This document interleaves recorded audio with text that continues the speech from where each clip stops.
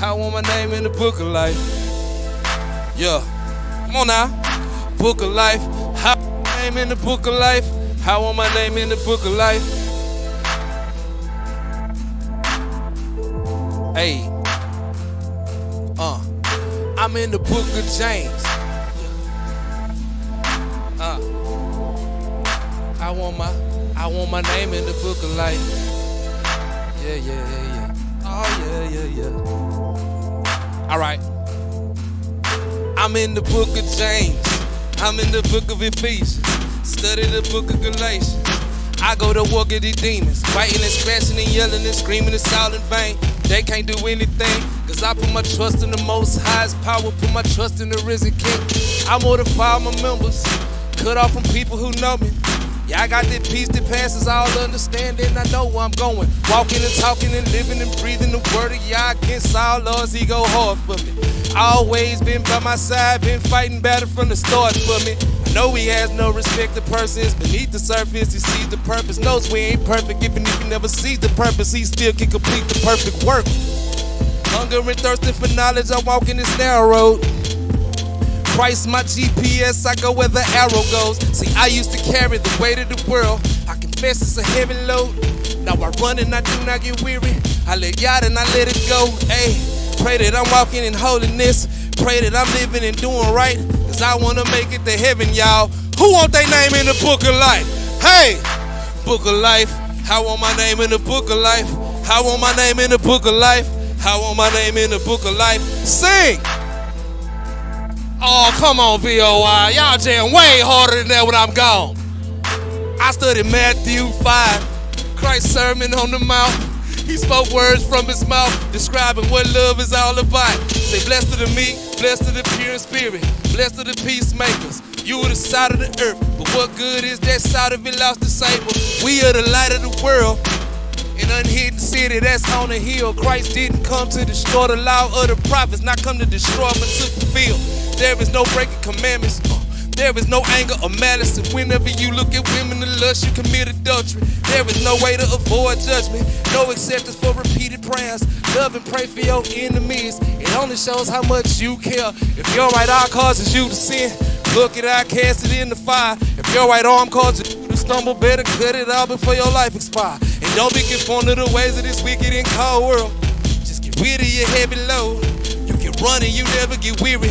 Just let God and then let it go. Hey. Get in the word every day. Pray that you living and doing right. Cause you wanna make it to heaven, huh? Then pray that your name in the book of life. Turn up! Hey! Pray that my name in the book of life. Pray that my name in the book of life. Sing! Book of life. Pray that my name in the... It's time to come out of darkness. It's time to come out the caves. It's time to open the prison doors. No longer are you a slave. You are a child of the Most High's power. Put your life in his hands. There is no need to be walking around condemned. You have been born again, yeah, born again. Nobody business. I walk through the wilderness unto the Father. I got a call. Praying for strength that I make it this. It's crazy to think that he not involved. Arrogant, think that you got it all. Telling yourself that he do not exist. You have corrupted your mind and your heart. You do not love Yah, not at all. Man, sit back, listen and soak up the wisdom. Most of all people are hurting bad, but in the midst of that, Yah hand working. Part of his plan, it all has purpose. Walking and talking and living the word of Yah.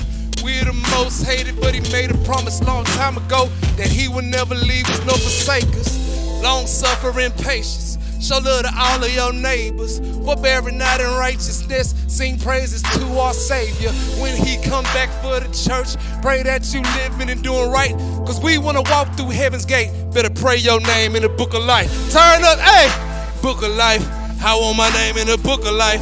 I want my name in the book of life. Pray that my name in the book of life. Hey! Book of life. Hey, hold on now. How many of y'all dance like David when you hear the music, huh? Dance like David! Hey! Hey! Hey! Hey! Hey!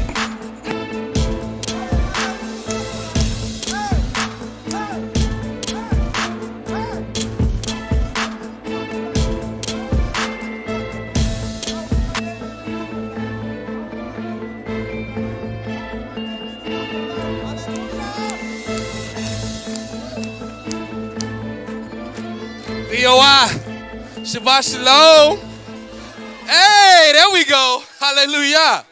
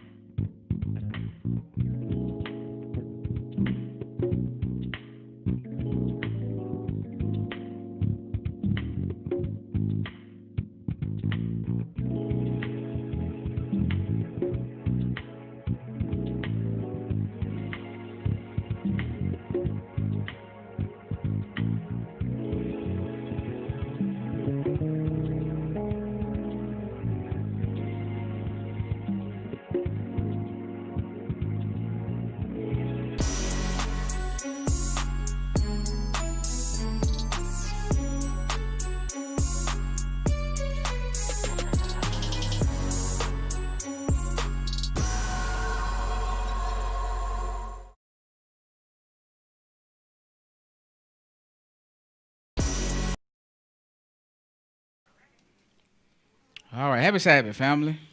Happy Sabbath. Praise the Most High. Shabbat Shalom as well. Shabbat shalom. All right, I'm Brother Al, and this is my reader, Brother Nehemiah, coming to you on behalf of the Vineyard of Israel, in the name of the Most High, yeah, with a message on this true Sabbath day, 7th day of the week.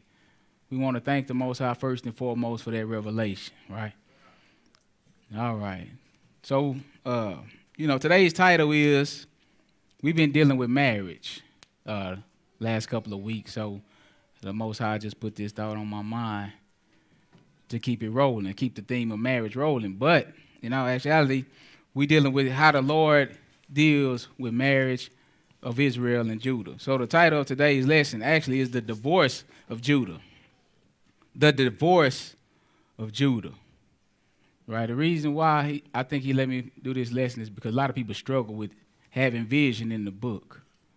Because we can clearly see, because it has a big hindrance on how you understand prophecy. We can clearly see the divorce of Israel in the Bible. But our majority, almost all people, struggle when it comes to the divorce of Judah. When did that occur? When did he divorce Judah? How? Right? And what people don't realize is, under the old covenant, Israel and Judah both transgressed, right? He divorced both of them. He cannot marry them or create a new covenant with them after that same manner. In order for him to marry them or for them to continue to be his people, he had to start a new covenant. A new covenant. But that new covenant cannot come into fruition while that old one is standing. The old one has to end first before we can begin a new one. You understand? But most people struggle when it comes to seeing when did that happen? When did that take place? Right? Because the Most High is about righteousness. If you're a carnal Israelite, if your mind is carnal when it comes to dealing with Israel, you're probably going to be offended or struggle with this lesson. But we coming to take this thing to the Spirit. Right? That's what the Most High, he have children after the Spirit. If you can't get on that level, your name is not going to be in that book of life.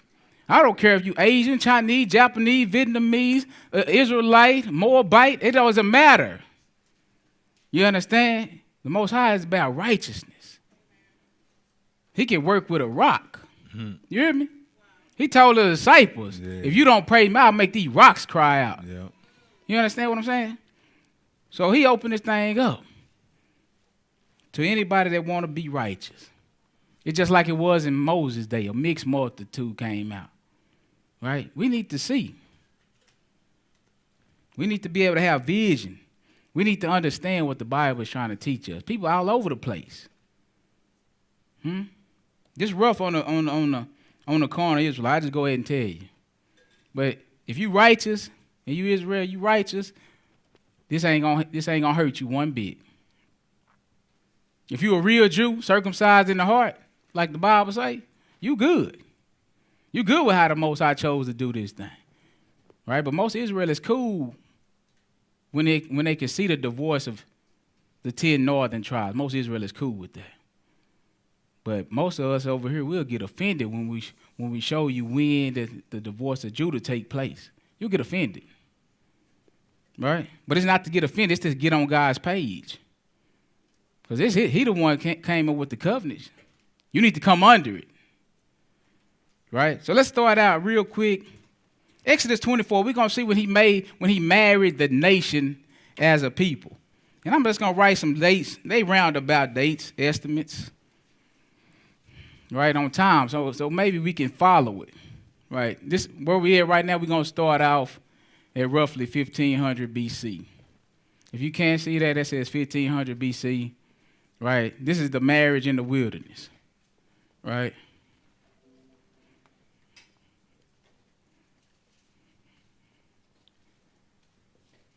Marriage in the wilderness.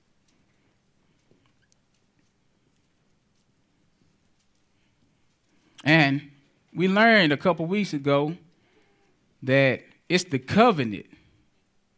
Is it not? It's the covenant that constitutes the marriage, not sex, right? We learned that. And we're going to see the Most High come into a covenant with the whole nation right here in the wilderness. We just got a time, right? And we're going to see if we can follow it down. This we do if the Lord permit. Verse 1. So you heard of the marriage supper of the Lamb? You heard of that, right? Yeah. You finna witness the first one. The marriage supper of the Lamb with Moses as the mediator. All right, y'all understanding what I'm saying? All right, pay attention to me. Because this lesson can get kind of difficult, and I don't want to make it difficult. I want to keep it on the surface, right? But look where we at, 1500 BC, roughly, give or take, right? Go ahead. Exodus 24:1. Yes, sir. And he said unto Moshe, What did he say to Moshe? Come up unto Yahuwah, thou and Aaron, Nadab, and Abihu, Right? and 70 of the elders of Israel, 70 of the elders of Israel for what? and worship ye afar off. And worship ye afar. Don't come too close. Go ahead and read. And Moshe alone shall come near Yahuwah, but they shall Because not. Moses was the only one playing the role of the high priest. Right. Remember, this mountain is a temple. Remember, we went over this a couple months ago. Moses is the only one can go up to the Most High. Just like the high priest was the only one that can go into the most holy place once in a year. Right, so it's a representation. That's why I said, get the elders, but tell them to worship before off. Moses, you alone come up. All right, go ahead. But they shall not come near, That's the truth. Come on. neither shall the people go up with him. Definitely, right? The people neither. Come on. And Moshe came and told the people all the words of Yahuwah. Right, so And- Moses is the covenant representative, right? In the covenant, you got two parties. So Moses is the representative on the behalf of Israel, and the Most High Yah is the representative for himself, right? Because the covenant is going to be between Yah and Israel. Moses is just the mediator. Come on. and all the judgments, and all the people answered with one voice and said, all the words which Yahuwah have said will we do. So they agreed, right? We agree, because the other scriptures will tell you, he rehearsed the words of the covenant to them, even the 10 Commandments. And that's why he stressed that he wrote them with his finger. Because when you have a marriage, you have a contract. He wrote it. This is a marriage contract that he wrote with his own hand. The commandments. So I don't know where we get off that Israel didn't have no marriage contracts. The Most High started it like that. Come on. 4. And Moshe wrote all the words of Yahuwah, and rose up early in the morning, and built an altar under the hill, and 12 pillars according to the 12 tribes of Israel. See that? Representation. Go ahead. And he sent young men of children of Israel, which offer burnt offerings and sacrificed peace offerings of oxen unto Yahuwah. And Moshe took half of the blood and put it in basins. So now what are we doing with the blood? According to ancient covenants, what does the blood do? seal the covenant, Yeah. right? So, you know, the way out is, so you see what's happening to these animals. He did what to these animals?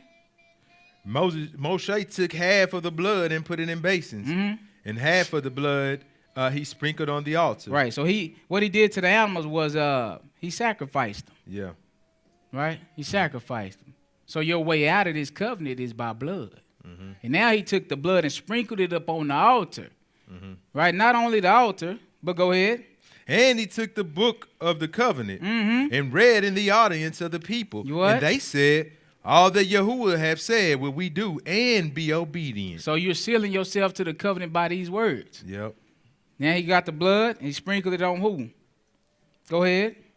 And Moshe took the blood and sprinkled it on the people and said, behold the blood of the covenant which Yahuwah hath made with you concerning all these words. You see that? Behold the blood of the covenant which Yahuwah have made with you concerning all these words. Right? So they locked themselves into the covenant with the Most High.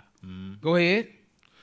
Then went up Moshe and Aharon and Nadab and Abihu and 70 of the elders of Israel. Right. So now, after the wedding, typically what do we have? Reception. A reception or a covenant meal. Right. Right? So now, this is what's taking place. Go ahead and read. And they saw Elohim of Israel. Yes. And there was under his feet, as it were paved work of sapphire stone. And as it were the body of Shamaim in his clearness. That's right. And upon the nobles of the children of Israel, he laid not his hand. And they saw Elohim and did eat and drink. You see that? They ate and drank. This is the covenant meal. The marriage supper of the Lamb. That's what we're witnessing here. Yep. Right? We started the covenant, the contract, the agreement, the marriage. The only way out of this marriage is by what? Bloodshed, death. Right. Right? Now, when the Most High made this covenant, he pronounced blessings in the covenant and curses. Right? He gave them a place to stay, which is his house, which he's going to tell us in a minute. Right? So he was the provider. As long as you're doing good, I'm going to provide. We're going to be on good terms the whole time. If not, a fight come with that. Right? And we're going to see some of this fighting. But let's go real quick to Ezekiel 16. We're going to just a minute. Ezekiel 16.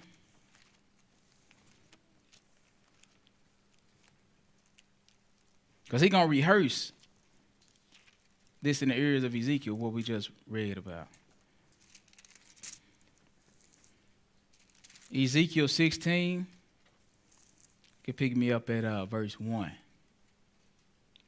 Hearken to the scripture. Again, What happened? the word of Yahuwah came unto me, saying, Son of man, cause Jerusalem to know her abominations, Right? and say, Thus saith Yahuwah Elohim unto Thus, Jerusalem. What'd he say?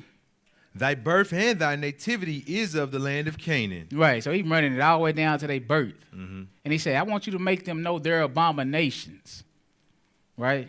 Because for your abominations, that's the reason why you're going to be desolate. That's the thing. Every time. That's how it goes. Go ahead. Thy father was an Amorite, and thy mother an Hittite. And as for thy nativity, in the day thou was born, thy navel was not cut, neither was thou washed in water to supper thee. Right. Thou was not salted at all, nor swaddled at all. None I pitied thee. Nobody. To Go do, ahead. Yes. to do any of these unto thee, Right. to have any compassion upon thee. Right. But thou wast cast out in the open field to the loathing of thy person in the day that thou was born. Man, you was just left there to die. Yep. And I want you to remember this. Because you totally turned your back on me. Right.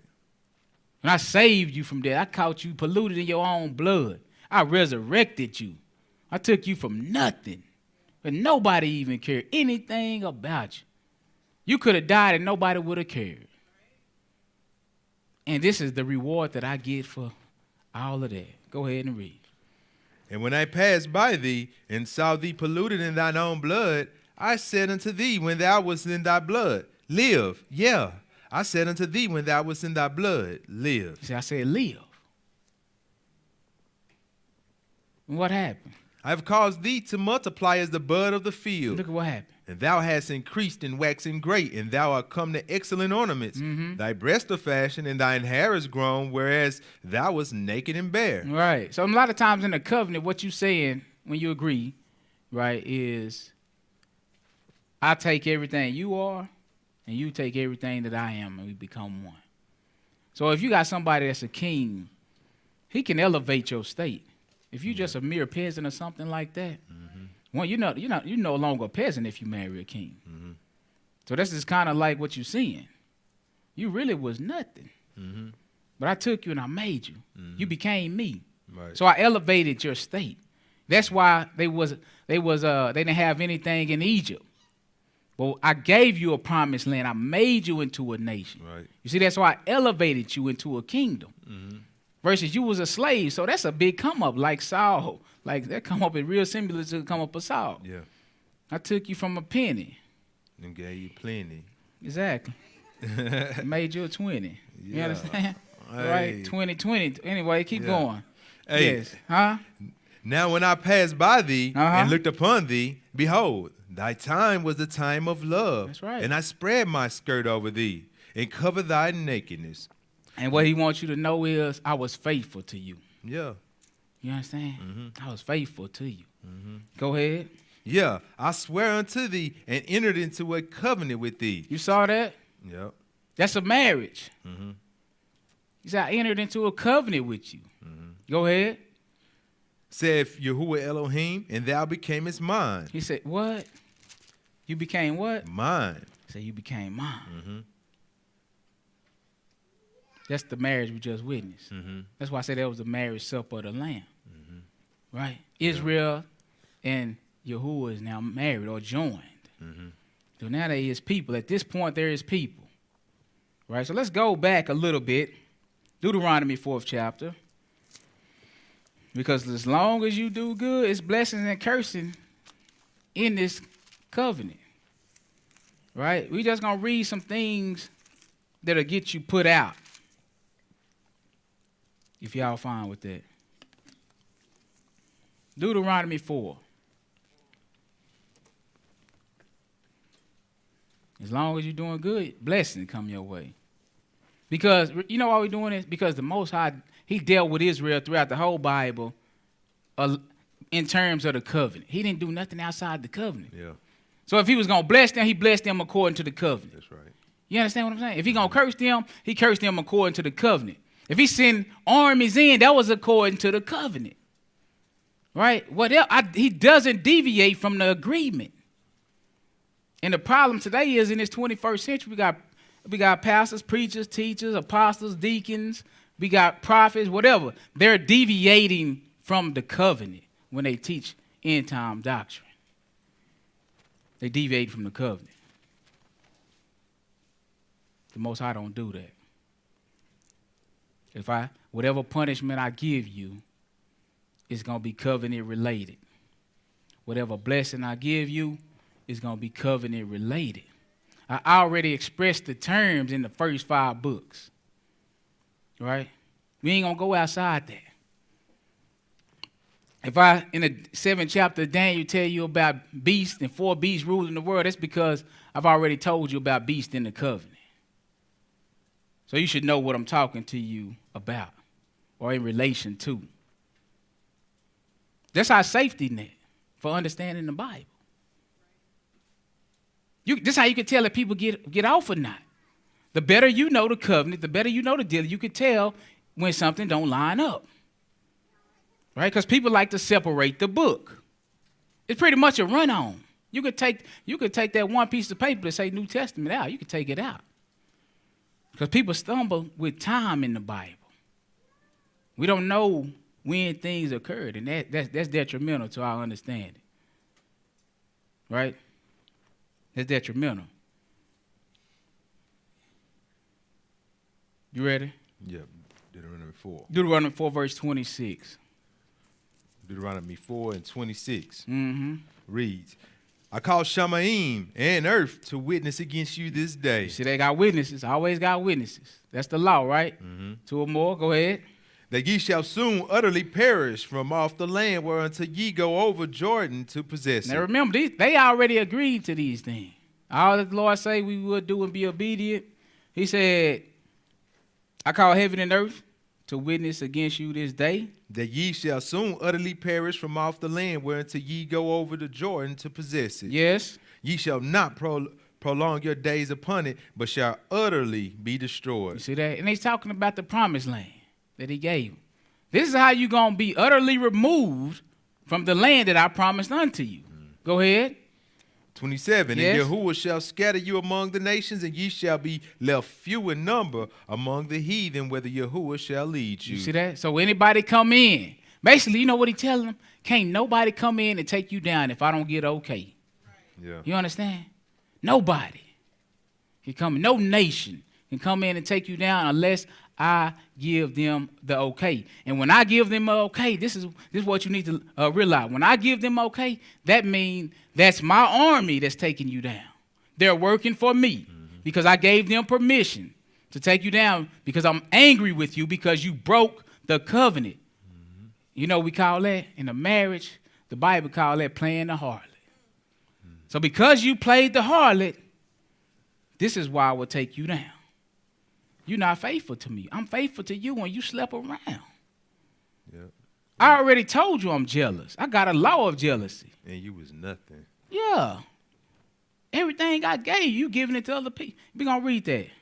But first, let's get this. Go ahead. Tricking off my stuff. Come on now. 28.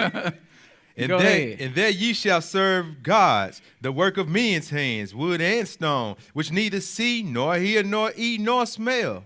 But from thence thou shalt seek Yahuwah thy Elohim. So imagine how he feel. You done turn your back on me and start serving things that don't see, don't smell, don't hear. I mean, just straight nothingness. Yeah. It's just like serving a block of wood or a stone, Yep. right? And not only that, you take all of my stuff and you use it to serve these other nations with, right? And he said, but he's so merciful. Verse 29 says, but if from thence thou shalt seek the Lord thy God. Thou shalt find him. Where is he talking about? He's talking about from the other nations where he scattered you. If we read the prior verse, because remember he's talking about I scattered you among the heathen. Right. Now, while you're among the heathen, if you bethink yourself pretty much, is what he's saying. Then you shall find me. Then you'll find him. Go ahead. If thou seek him with all thy heart and with all thy soul, when thou art in tribulation and all these things that come upon thee, even in the latter days, if thou turn to Yahuwah thy Elohim and shall be obedient unto his voice. What happened? For Yahuwah thy Elohim is a merciful Elohim. He merciful. Yes. He will not forsake thee. He will not forsake you neither. Destroy thee, nor forget forget the covenant of thy fathers which he sware unto them. You see that? He'll remember the covenant. Yeah. If you turn. Right? Go ahead. 32. For as now of the days. Oh, no, that's good. Let's go to Leviticus 26. Leviticus 26. Reason why we got to start here, because we got to know the workings. Because we forget these things as we go on into the scriptures. But these things don't forget the scripture. They tag right along with it, like the rainbow. Most High set up the rainbow in Genesis. He dragged it all the way out to Revelation. Huh? Verse 21.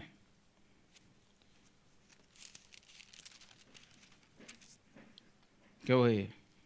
And if ye walk contrary to me, and will not hearken unto me, I will bring 7 times more plagues upon you according to your sins. You see this? You know what he's doing? We talk about this cup a lot. Where you filling up the cup. You're filling up the measure. That's what we call it, filling up the measure. You're filling up the cup with sin. And once this cup, and I'm going to try to correct you before it get full.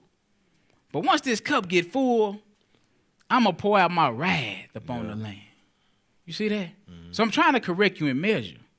So I send one preventive measure at you. Now, if that don't work, I send another. Let's turn it up a little bit more. You kind of hard-headed and stiff-necked. Let's turn it up a little bit more. Okay, you still ain't getting it? Keep playing with me. And I'm just going to take all y'all out. Sick of it. And that's how the Most High is with Israel. That's how the relationship went pretty much. Right? But go ahead. 22. Yes? I will also send wild beasts among you. Now, when you see beast in Daniel, and you see that these are the nations that run, they've taken Israel out the land. These same beasts. Yep. But he already told you this way back in Leviticus. Yep. Right? I seen wild beasts. They ain't wild. Wild nation. Yeah. Right? Go ahead.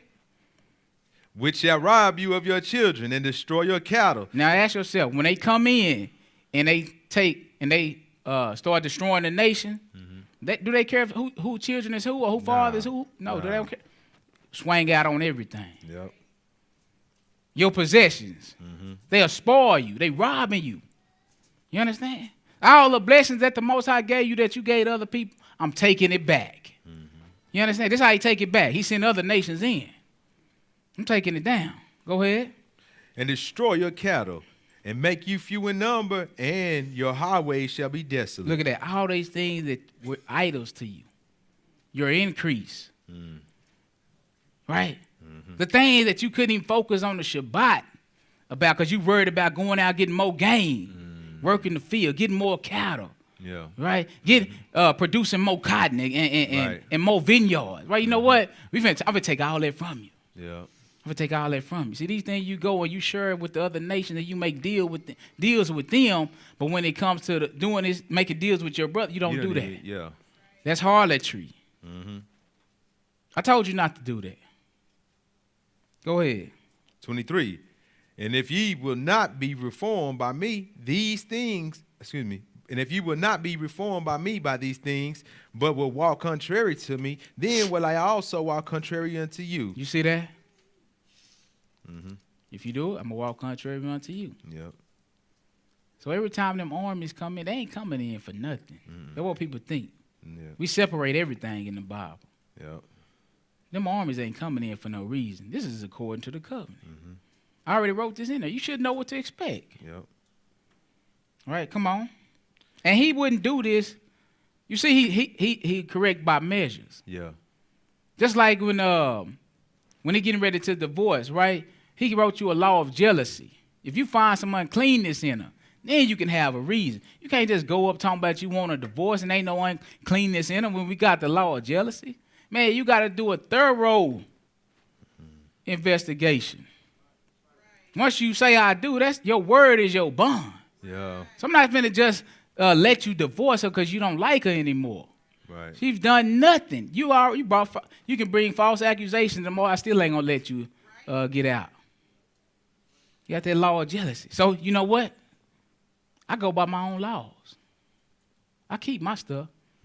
He got that law of jealousy. That's why he told you in the commandments, I am a jealous God. Now I wrote a law in Numbers, the 5th chapter. This is to prevent divorce. Yeah. If she is acquitted, no sweat. The marriage resumes, in good standing. Go ahead. 24. Then will I also walk contrary unto you, and will punish you yet 7 times for your sins. You see that? By measure. The punishment is increased. In other words, the fire was kindled. Yeah. But now you turning up the heat. I'm turning up the heat because you're not being reformed. You keep getting worse. So the punishment is finna intensify. Go ahead. 25. And that will bring a sword upon you. Now look at this. This is the key. I'm going to bring a sword upon you. Why would you do that? That shall avenge the quarrel of my covenant. So you always hear them scriptures talking about vengeance is mine. But look at what he's avenging. Can you read that again? And I will bring a sword upon you that shall avenge the quarrel of my covenant. Right. You know what? You broke it. And I'm angry. So the sword that I'm going to bring on you is the Assyrian army. He called him the sword, the rod of his anger. This is how he bring the sword upon you. But what is this sword doing right here? It shall avenge the quarrel of my covenant. So that's what you need to realize. You in violation. You've broken the marriage. Blood in, blood out. Blood in, blood out. You reread that. That's the importance of knowing how the covenant is sealed by blood. So you want out? Yep. Are you sure? Yep. I'm trying to correct you. Are you sure you want out? You know what you're asking for, right? Yeah. You want out? To all these things we agree. Exactly. Death. Go ahead. 25 again, and I will bring a sword upon you that shall avenge the quarrel of my covenant. And when ye are gathered together within your cities, I will send the pestilence among you, and ye shall be delivered into the hand of the enemy. See that? Can't no enemies come in if you don't deliver them into their hand. Right. So we need to start thinking in this Bible according to the covenant. When we read, we think according to the covenant. Go ahead. And when I have broken the staff of your bread, 10 women shall bake your bread in one oven. And Now look, what that mean when he break the staff of your bread? Famine. You know I got 4 sore judgments. The pestilence, the famine, all right? The beast, the disease. So in other words, they only reason they eating because he blessing their hand. But if I break the staff of your bread, you can have 10 women. They can break bread in one. They're gonna be breaking bread in one oven instead of breaking bread in 10 ovens. It's getting real scarce around here. In other words, I'm taking back some of my blessings. Yeah. Now, if this don't reform you, I got more. Go ahead. And when I have broken the staff of your bread, 10 women shall bake your bread in one oven, and they shall deliver you your bread again by weight. Right, versus you was eating freely. Yeah, Now distributed straight by famine. portion. Yeah. Exactly. Go ahead. And you shall eat and not be satisfied. And if ye will not for all this hearken unto me, but walk contrary unto me, then I will walk contrary unto you also in fury. You know what you're doing at this point? You're becoming my enemy. Yeah. You was my wife. Yeah. Now I'm starting to hate you. Straight up. Yeah. We enemies. Go ahead. And not even I shall chastise you 7 times for your sins. See that? I'm not done. Go ahead. And ye shall eat the flesh. Look at that. So Wow. look how much the famine has intensified. It's intensified to the point where it was a little bread. Now to get to this point, it got to be absolutely no bread in the land.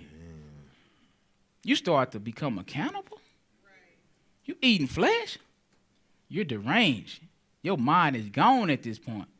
There ain't no logical thinking at this point, is it? No. It's straight survival. You know what happens when survival kick in?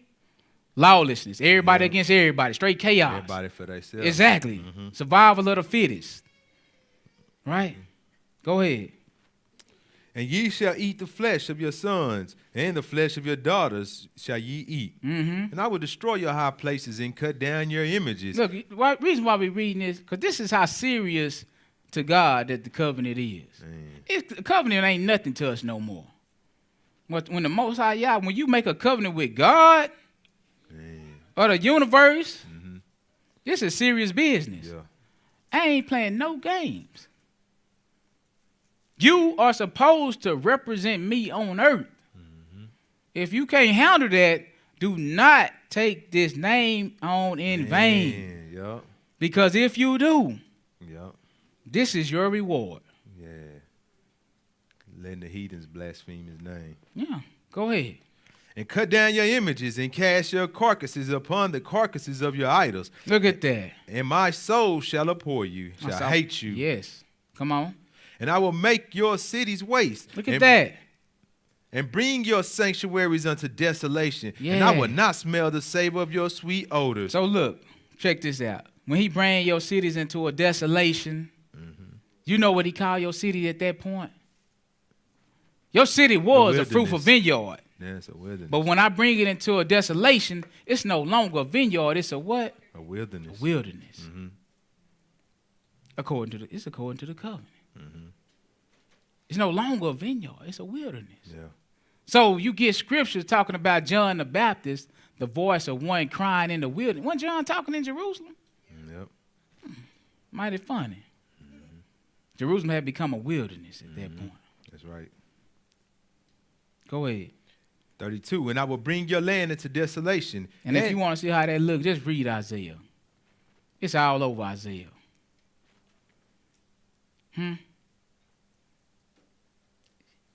I'll make your land a wilderness. Isaiah 64:8 tell you. Zion has become a wilderness.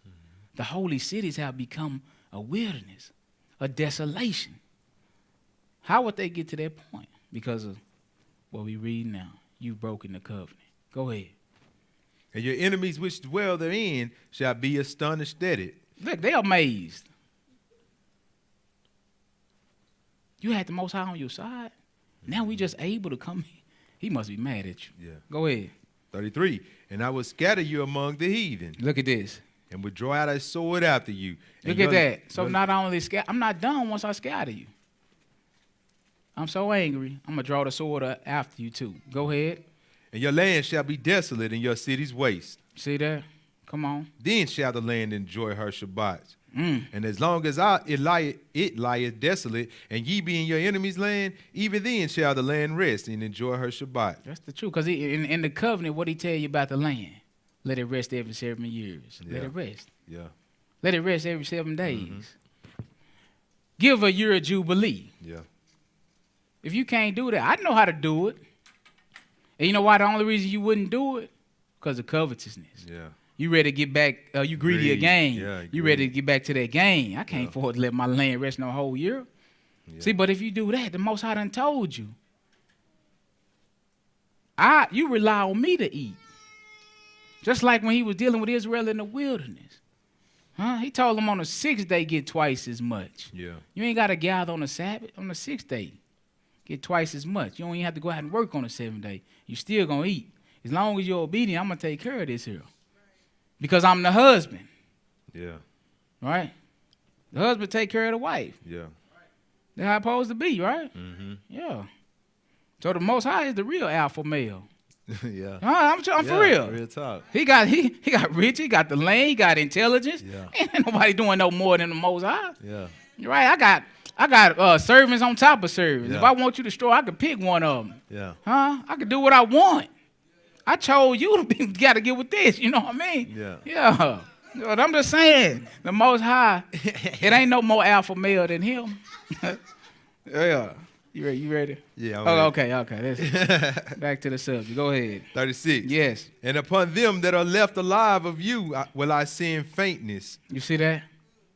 So everybody might not die, but everybody gonna take part in his punishment. Mm-hmm. Ain't no more sound mind. Yeah. That's a curse. Yeah, it is. Weariness, huh? Yeah. Weariness of heart, that's a curse. Yeah. You can have good stuff happen to you, you still can't recognize it. Man. You ever know somebody like that? Yeah. You be like, you just got a blessing. What are you talking about? You looking at the negative portion. You just got a blessing. You just got $1 million. Yeah, but I got to pay taxes on it, though. Yeah. Yeah. Yeah, what? That's ridiculous. Go ahead. And upon them that are left alive of you will I send faintness into their minds in Mm. the lands of their enemies, and the sound of a shaken leaf shall chase them, and they shall flee as fleeing from a sword, and they shall fall when none pursueth. Mm-hmm. Man.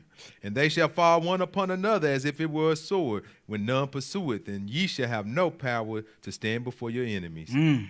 And ye shall perish among the heathen, and in the land of your enemies shall eat you up. Yes. And they that are left of you shall pine away in their iniquity in your enemies' lands. Right. So now that's why he was saying, if you bethink yourself and confess, Right. even in your enemy's land, and turn to me with all your heart, Right. then I can work for you. Right. Let's go Right. back to Ezekiel 16. We read all that just to say that the Most High is not playing about his covenant. The land that he gave them was his. He told Israel, you strangers dwelling with me. Yeah. So these are the rules. You didn't pay to get in this land. You did nothing. I gave it to you. So you need to treat it according to the covenant. If you can't, it'll spew you out. Ezekiel 16, we're going to start at verse 10. We just submitting the fact that he married Israel, right? And that he gave them the rules of engagement. He ain't cheat them not one bit. And it's up to them. He put the ball in their court. He put the ball in their court. Right? All right, go ahead. Verse 10. Ezekiel 16. You want to get 9? No. 10. I clothe thee also with the broidered work, and shod thee with badger skin. Right. I girded thee about with fine linen. Right. So he making references to the temple. Yeah. But this is what, look at how he said he covered you. Remember, clothing is a big part of this thing. This is supposed to be your righteousness. I clothe you. Remember, I found you naked. Right. Now I'm clothing you. Yeah. And I'm not just clothing you with anything. I'm giving you good stuff. Go ahead. And I covered thee with silk. I decked thee also with ornaments, and I put bracelets upon thy hands and a chain upon thy neck. Mm-hmm. And I put a jewel on thy forehead, and earrings in thine ears, and a beautiful crown upon thy head. Come on now. Thus was thou decked with gold and silver. Look and at that. Thy Boy. raiment was of fine linen and silk and broider work. Yes. Thou didst eat fine flour and honey and oil. And thou was exceeding beautiful, and thou didst prosper into a kingdom. So this marriage, right? Yeah, Man and woman, we look at it as man and woman, but remember, it's between the nation and the Most High. yeah, So how did he show it? And now it's turned into the form of a kingdom. Versus you was a slave in Egypt. I freed Yeah. you from that. I gave you a promise. I gave you this. I gave you the finest, this and that. And now I made you prosper into a kingdom. Yeah. Not only any kingdom. yeah. A kingdom that was famous. You'll read now. Watch what verse you at? 13? Yeah, 14 now. Yeah, a beautiful kingdom. You hear me? Yeah, I gave you the gold of Egypt. yeah, You prospered into a beautiful kingdom. yeah. And it said, you were perfect. It was perfect through my comeliness. Verse 15 We or didn't read 14. 14 yet. 14. Go ahead. And thy renown went forth among the heathen for thy beauty. Look at that. This is the problem.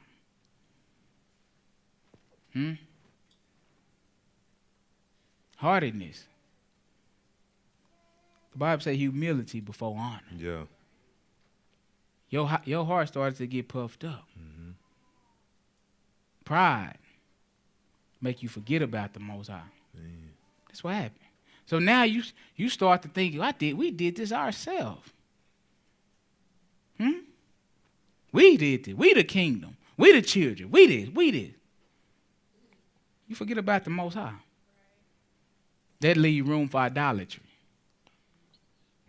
Because when you start to forget, you start to harden your heart against his word, his commandments, his instruction, his covenant. Once you start to do that, you got to replace that. So you start to replace the Most High with idolatry, with idols. Most importantly, gold and silver. Increase. Transgression. Go ahead. No, but watch what he called it. You understand? Watch what he called it. for Go ahead. For it was perfect through my comeliness, which I had put upon thee, saith Yahuwah Elohim. Yes. But thou didst trust in thine own beauty. See, you didn't trust in the Most High no more, the Almighty. You start to trust in your own beauty. And played the harlot. Look at that. You became a whore. So you play the harlot once you break the covenant. You understand that? He charging Israel for this, Yeah. right? Go ahead, read that again. But thou didst trust in thy own beauty and played the harlot because of thy renown. That's right, because you start to get a little fame, Yeah. a little fortune. People feared him. Yeah. You played the harlot. Yeah. You need to remember this theme. You hear this theme throughout the book, throughout the scriptures, but you don't ever put it together. So it's because he got a way that he'll cause you to cease. That means stop from playing the harlot, Yeah. right? And it's going to be according to the covenant.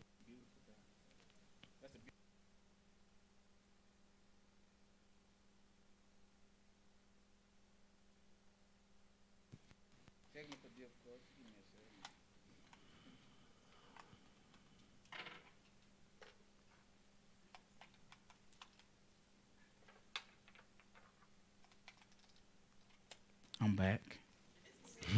Stay ready. I told you I stay. Anyway. So he got a way he going to cause you to cease from playing the harlot. So how can you play the harlot if you're not married to the Most High? That's the question. You play the harlot if you're married. And you break it, you step out. You broke the covenant. He called that playing the harlot. Drop down to verse 30. We didn't finish 15. Oh, go ahead. And pourest out thy fornications on everyone that passed by. His it was. So you played around with all of the different nations. Every last one, all nations. Right. Whoever passed by, here's whose it was. Verse 30. Verse 30. How weak is thine heart, saith Yahuwah Elohim, seeing thou doest all things the work of an imperious whorish woman. You see that? That's what he calls. It's strong language, isn't it? Yeah. Huh? It's, what happened to that friendly one? That friendly God. He mad now. Yeah. Because imagine his anger. You Yeah. was nothing. Yeah. You was about to die. Yeah. I took you and I made you. Nobody And care I about blessed you. And you took all my blessings and you gave it to other people and didn't even give it to me. Right. But we ain't finna have this. I'm the most. I ain't Yeah. finna go out like that. What they say? I wish I would. Yeah. Huh? Go ahead. They cheated with the man on the couch to play video games all day. Pretty much. 31. In cereal and underworld. Go ahead. In Yeah. in that thou biddest thine I'm just imminent saying, hold on for a minute. Let's let them get their laugh out. Nah, that's real deal. Yeah, I know. He was the highest thing going, and you get the bum. They settle for less, yeah. Yeah. They like scrubs. Go ahead. In that thou buildest thine eminent place in the head of every way. Some of these women can relate, huh? They like scrubs. Yeah. Huh? I'm just asking. You know what I'm saying? Just asking. You're your father's key. You know, what'd you say? Let's just start at what verse? 31 again. Yeah, let's do that. In that thou buildest thine eminent place in the head of I don't every know what way. you mean laughing at. Huh? What is y'all laughing for? Yeah. You this type of woman right here drive you crazy. Man. Huh? You be Yeah. chasing her down, don't Yeah. you? I ain't lying. Yeah. You be wait, jump out the bushes on her, huh? Like, anyway, let's keep going before we get off. And that thou wilt buildest thine eminent place in the head of every way, and makest thine high place in every street, and hast not been as a harlot, and that thou scornest higher. In other words, he's saying you really, truth be told, you was worse than a harlot. Because you didn't get At least paid. they get paid. Yeah, you Yeah. didn't even give you gave it for free. That was trick. She was Yeah. tricking. Yeah. Go ahead. 32. But as a wife that committeth adultery, Look, this is what playing a harlot mean. This is one of the biblical definitions. What? as a wife that committeth adultery, which taketh strangers instead of her husband. 35. This is why he called a harlot. Wherefore, O harlot, hear the word of Yahuwah. Now you see how he did. We already know who he talking to. So if he called a harlot, we can put it together. You see that? He don't even have to call her by name no more. He called her by your role. Dang. Look here, old harlot. I mean, wherefore, old harlot, what? Yeah. Hear the word of what?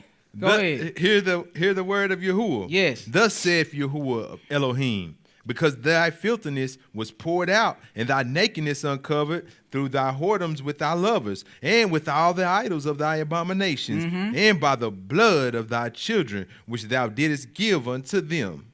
Right. Behold, therefore I will gather all thy lovers with whom thou hast taken pleasure, and all them that thou hast loved, with all them that thou hast hated. I will even gather them around about against thee. You see that? That's why Wow. all nations is against. Yeah. You don't play the harlot with every nation? Okay, Yeah. I'm going to go get every nation, the ones that like you and the ones that hate you also. Right? You see why they scattered in every nation? Yep. Yeah. Yeah. Go ahead. And I will even gather them around about against thee, and will discover thy nakedness unto them, that they may see all thy nakedness. Go ahead. Verse 38. This is the one we wanted. Go and ahead. I will judge thee as women that break wedlock. You see that now? You saw in Deuteronomy, in Leviticus, what happened when they break wedlock. Death and divorce. And he said, this is how I'm going to judge you. According. Go ahead. And shed blood are judged, and I will give thee blood and fury and jealousy. Drop down to verse 40. You see what he's going to do? They shall also bring up a company against thee, and they shall stone thee with stones, and thrust thee through with their swords. And they shall burn thine houses with fire, and execute judgments upon thee in the sight of many women. Yes. And I will cause thee to cease from playing the harlot. That's how I'm going to cause you to stop. You see that? It's just like what he said. As long as your land lays desolate, it enjoys her Sabbath. I'm going to cause you to cease from playing. I'm going to judge you as a woman that broke wedlock. I'm going to go get all your nations and bring them round about against you. Yep. And they're going to lay you desolate. And that's how you're going to start from playing the harlot. Go ahead. And thou also shalt give no hire anymore. Mm. So will I make my fury toward thee to rest. That's how I'm going to make my anger cease towards you. Go ahead. And my jealousy shall depart from thee, Mhm. and I will be quiet and will be no more angry. Mm. Because thou hast not remembered but thou hast not remembered the days of thy youth, but hast fretted me in all these things. Behold, therefore I also will recompense thy way upon thy head, saith Yahuwah Elohim. And thou shalt not commit this lewdness above all thine abominations. Behold, every one that useth proverbs shall use this proverb against thee, saying, as is the mother, so is the daughter. Yeah. The apple don't fall far from the tree.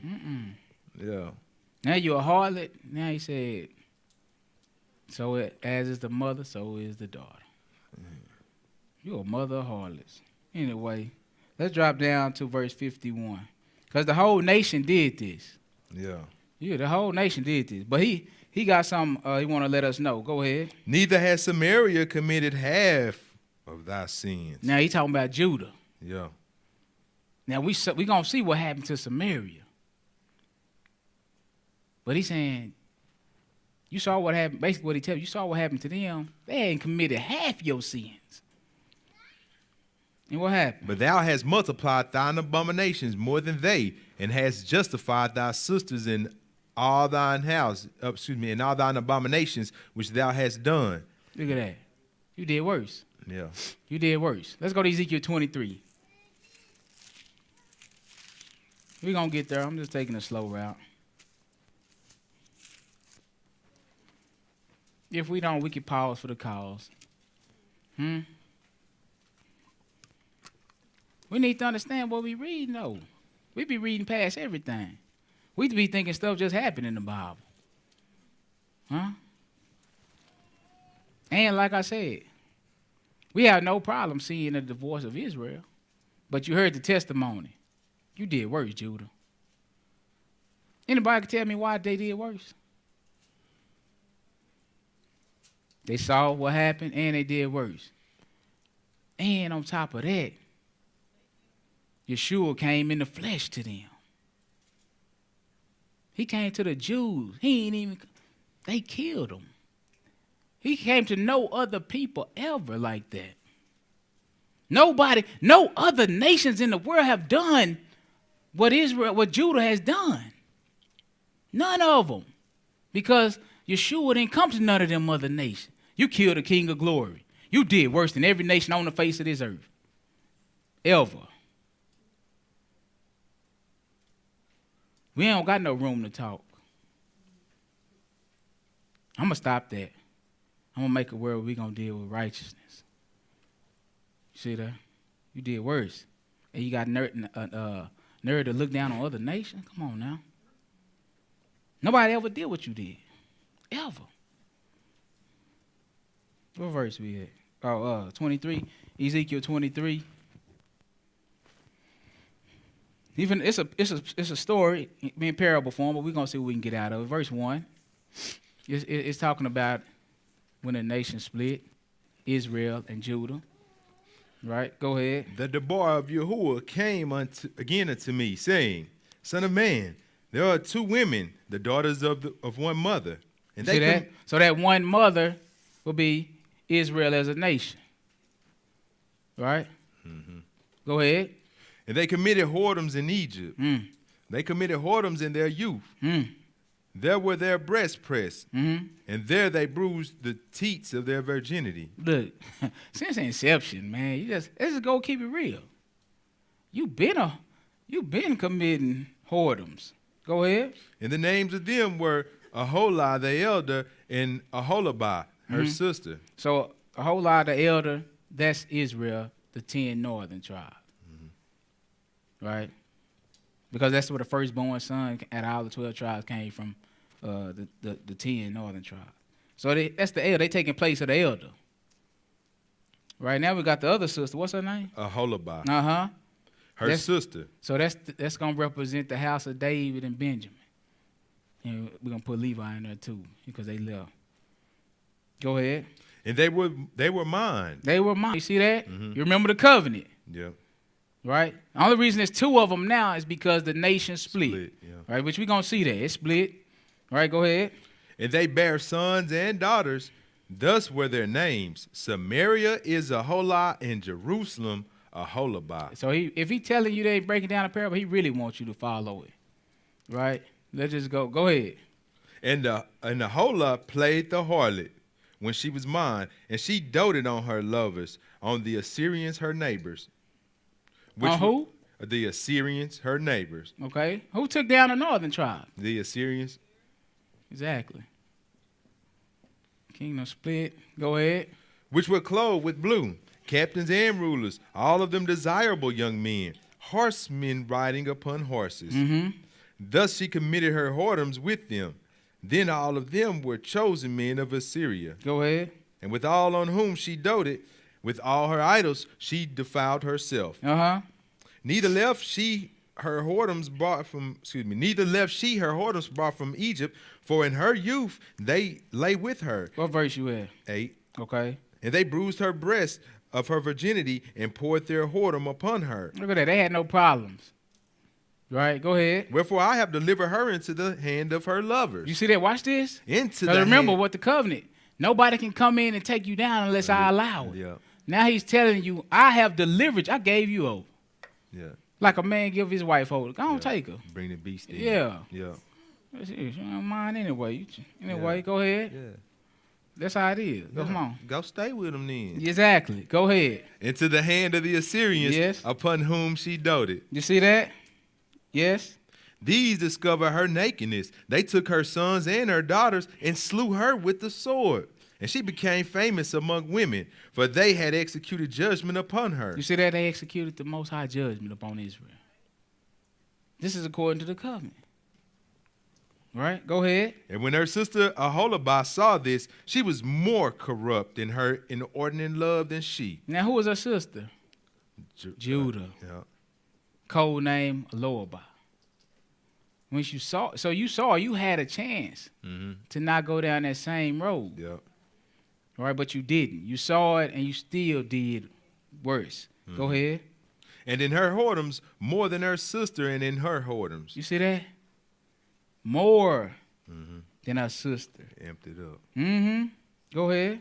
12. She doted upon the Assyrians, her neighbors, captains and rulers clothed most gorgeously, horsemen riding upon horsemen, all of them desirable young men. So check this out. The Most High brought the Assyrians upon them in 722 BC, 721. Even though Judah did the same thing, he didn't let the Assyrians take out Judah. They came up against Jerusalem, but they wasn't able to conquer it. He didn't let them take out Judah. But did they reform? They didn't reform.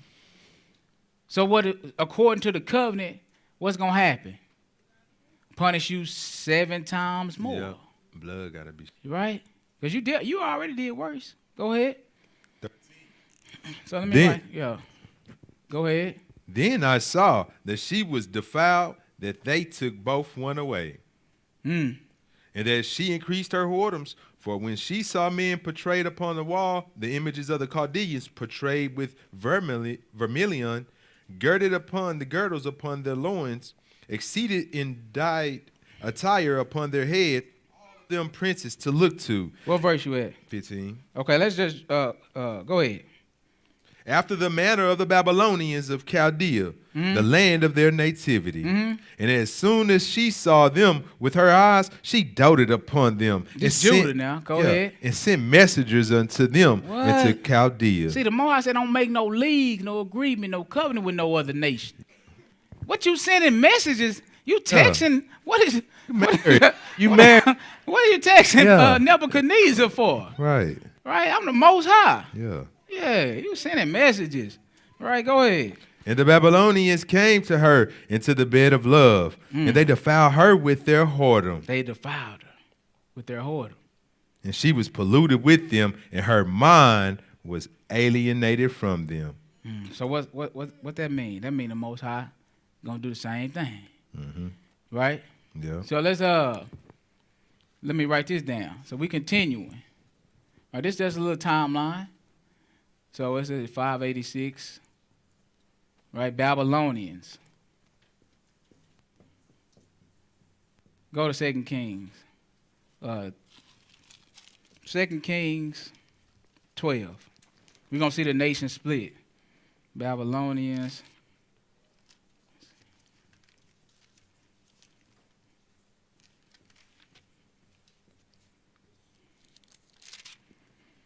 So they had about 100 and some years to get it right.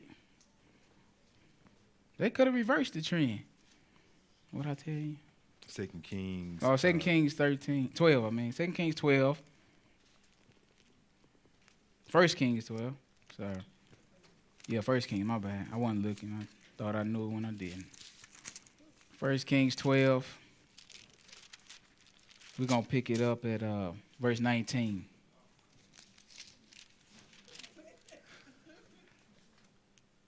So we're finna see the nation split.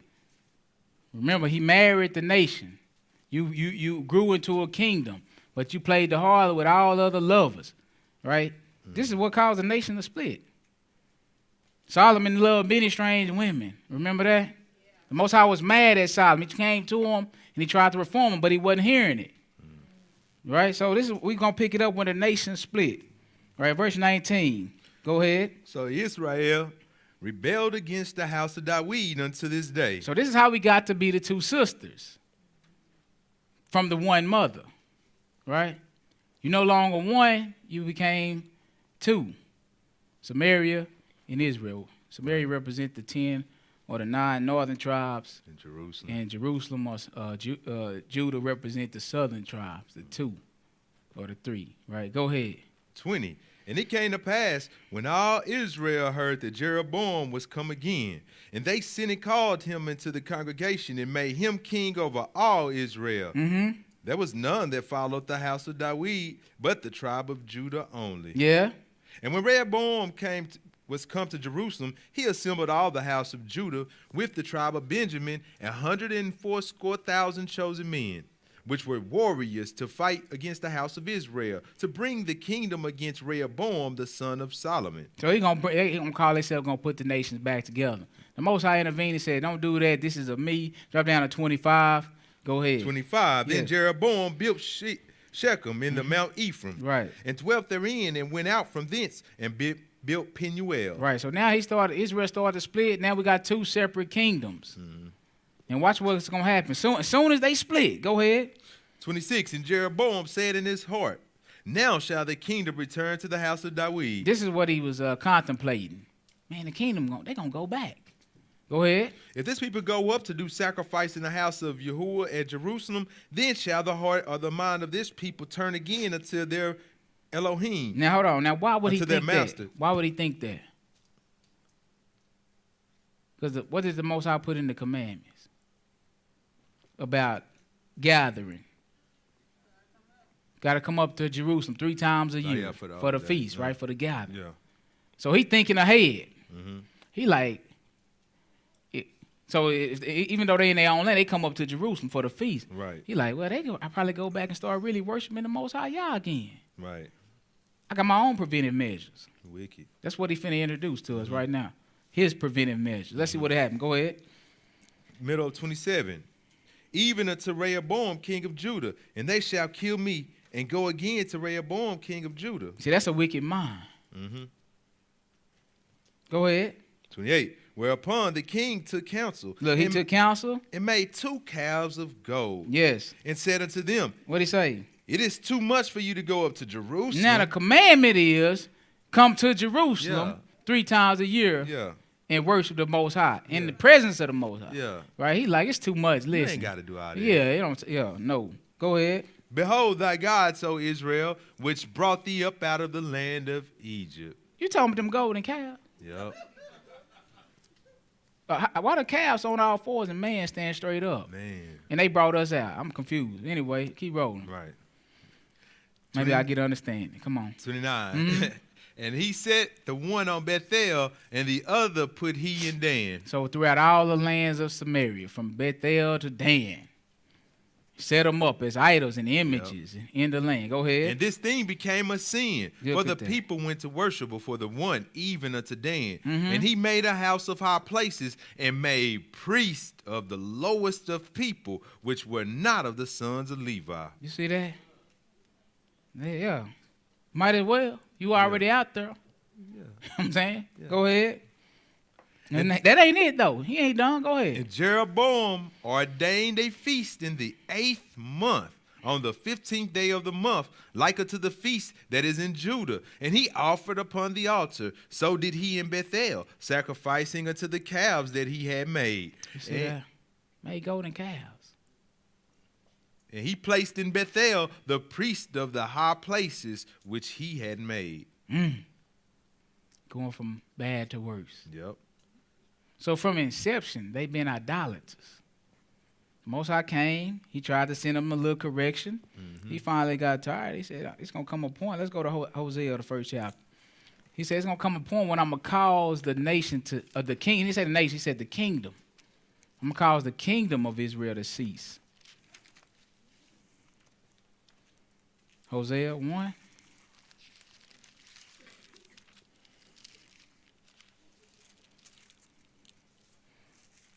Now, this is before. What we're going to read in Hosea is before the Assyrians even come up on them. They have an opportunity. Right? He sent his prophets to the people. Maybe you will listen. But I got to give you warning before I take you down. Verse 1, hearken to the scripture. The Deborah of Yahuwah, they came unto Hoshea, the son of Beri, Yes? in the days of Uzziah, Uh-huh. Jotham, Ahaz, and Hezekiah, kings of Judah. So we got kings of Judah. Go ahead. And in the days of Jeroboam, the son of Joash, king of Israel. So we got both the nations, right? The northern and the southern nation. So this is before. Did he take the southern or the northern nation out? Right. So they have a chance to be reformed. But look what happened. Look how he feel about him. Go ahead. 2. The beginning of the Deborah of Yahuwah by Hosea. What happened?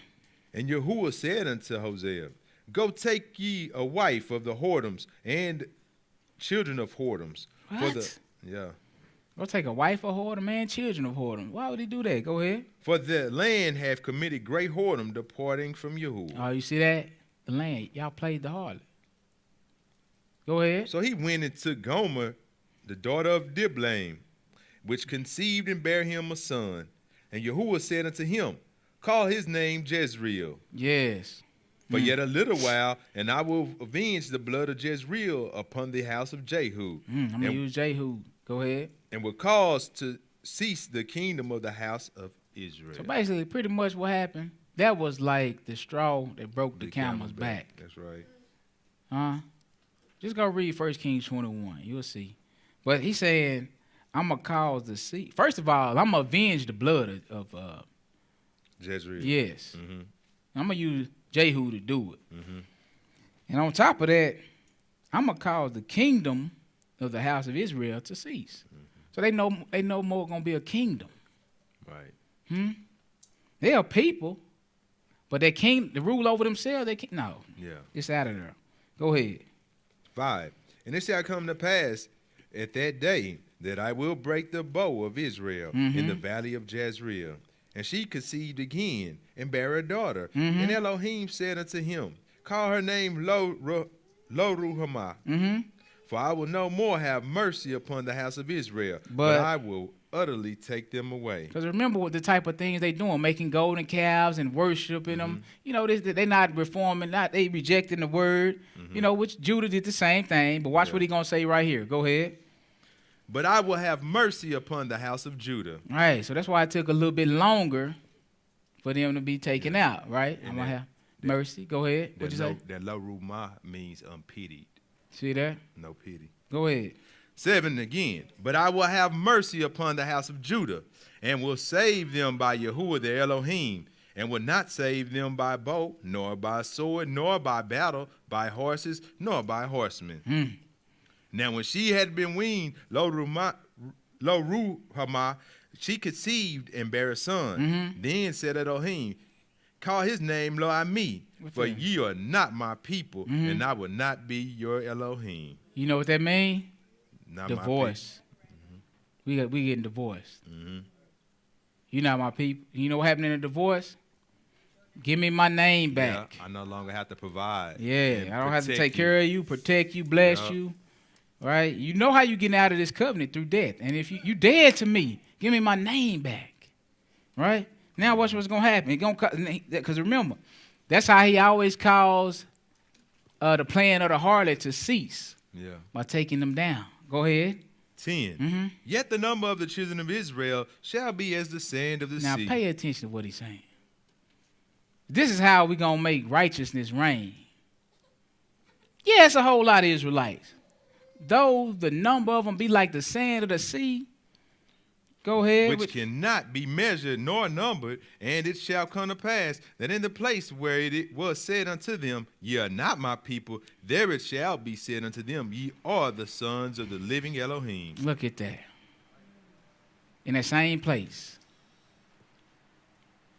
it's gonna be said Mhm. that ye are the sons of who? The living Elohim.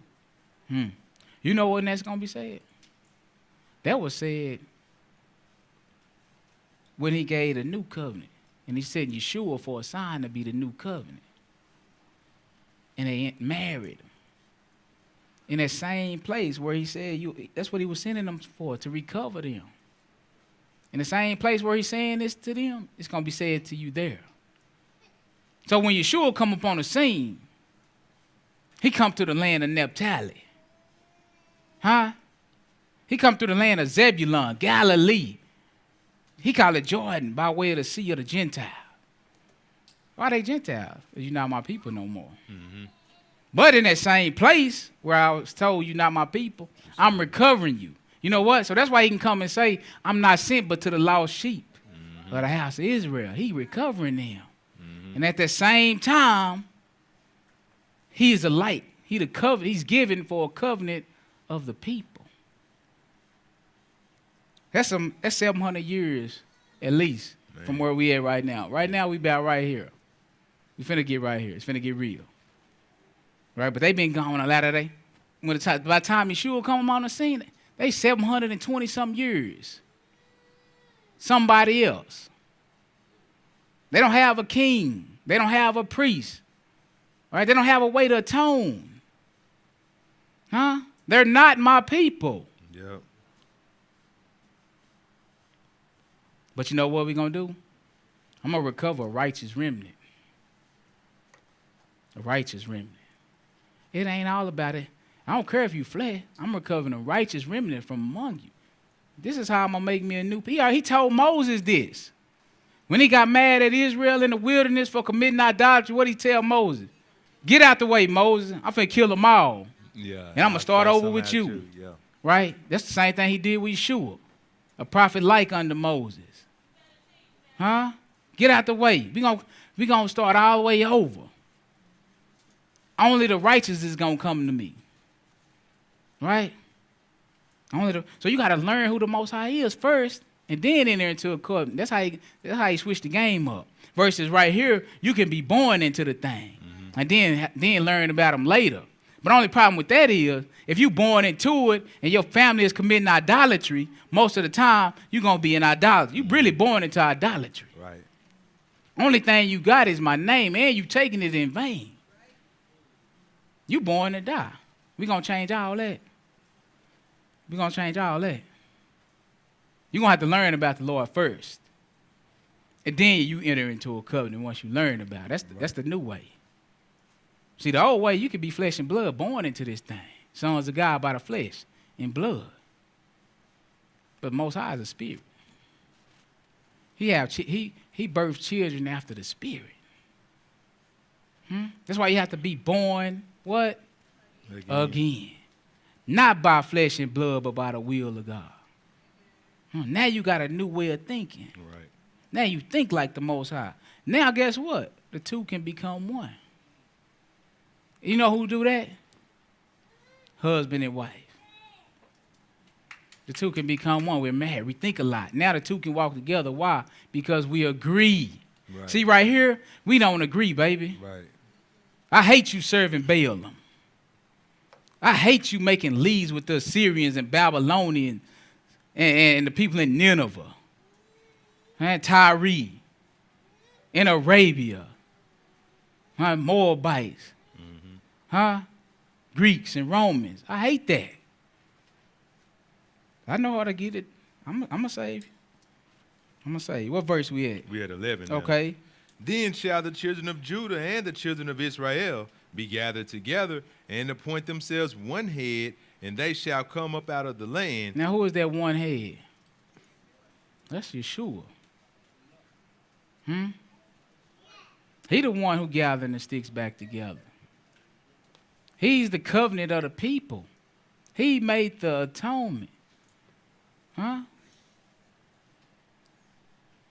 But he just telling you, he's shooting it all the way to when he gonna do this.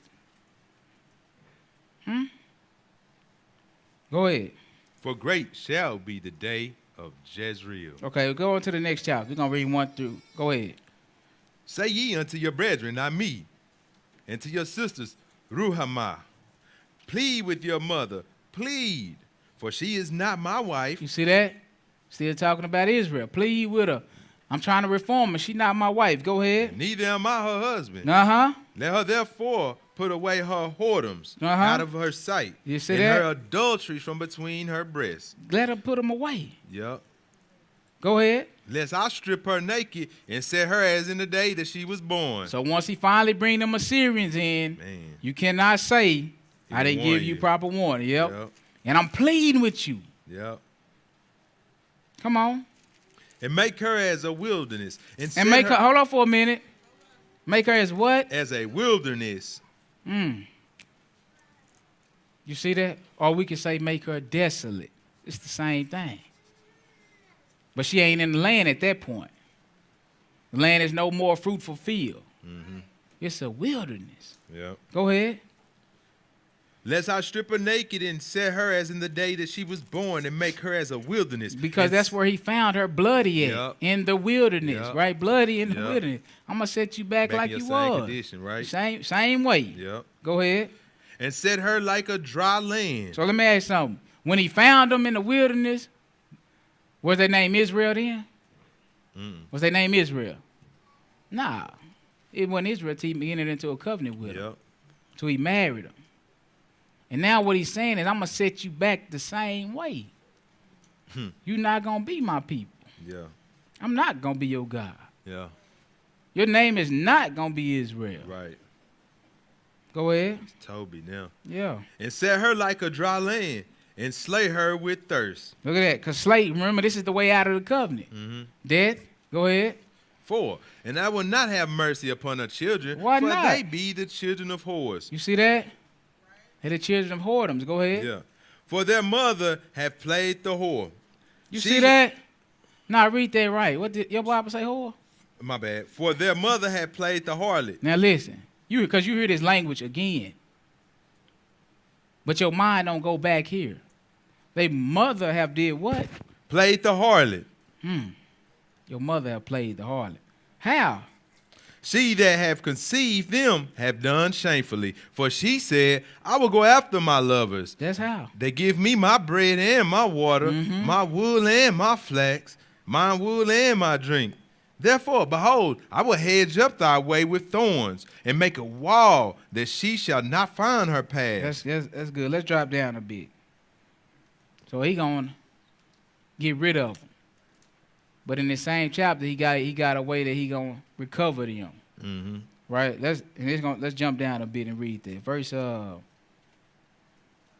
14. Go ahead. 14. Therefore, behold, I will allure her, and bring her into the wilderness, and speak comfortably unto her. And I will give her vineyards from thence, in the valley of Achor, for a door of hope.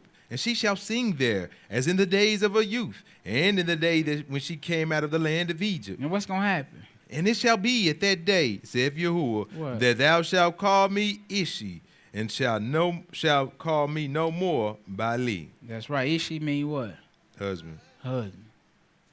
Isaiah say your husband is thy maker, the Holy One of Israel. That's Yeshua. That's who the new covenant is with. He the sign of the covenant. You know why it got to be new? You got to read the law. Because he divorcing them. Then you can't take them back. You can't take them back under this same. It ain't no more covenant. It's nullified. But go ahead. For I will take away the names of Balaam out of her mouth, and they shall no more be remembered by their name. Now watch, we're going to go ahead. And in that day will I make a covenant for them with the beasts of the field, with the fowls of the heaven, and with the creeping things of the ground. And I will break the bow and the sword and the battle out of the earth, and will make them lie down safely. Go ahead. And I will betroth thee unto me forever. Yeah, I will betroth thee unto me with righteousness and in judgment. Right, look at that. This is different. Yeah. If he betroth you unto me in righteousness and in judgment. and in judgment, that means you're going to know something about me before we even get married. Right. That means we're going to be able to agree. We're going to have the same mind before we even get married this time. Yeah. Under this covenant, We're going to be equally yoked. got to be equally yoked. And that's why the Bible, that's why you get in the New Testament and you hear them scriptures, let this mind be in you. Yeah. What you think he telling you? We need to have the same mind because we entered into a covenant. Right. It's the only way. Right. I in you and you in me. And me. What do you think? Right. That's marriage language. Yeah. Well, that's what happens when we take the spookiness out of it. Yeah. When you stop thinking the little ghost is in you and you and the Yeah. little ghost. Nah, man. Right. Listen, that word is in you. Yeah. You thinking like that's what he's talking about. Yeah. Right? But and how do the Most High think? Righteously. Yeah. So in all actuality, what he's done was take you back to the garden when he first made man and how he made man upright and how he made man in his image. Yeah. That's what he's looking for. But this right here, what we got, you in this, you say, isn't polluted? It's a catastrophe. I got to get rid of this.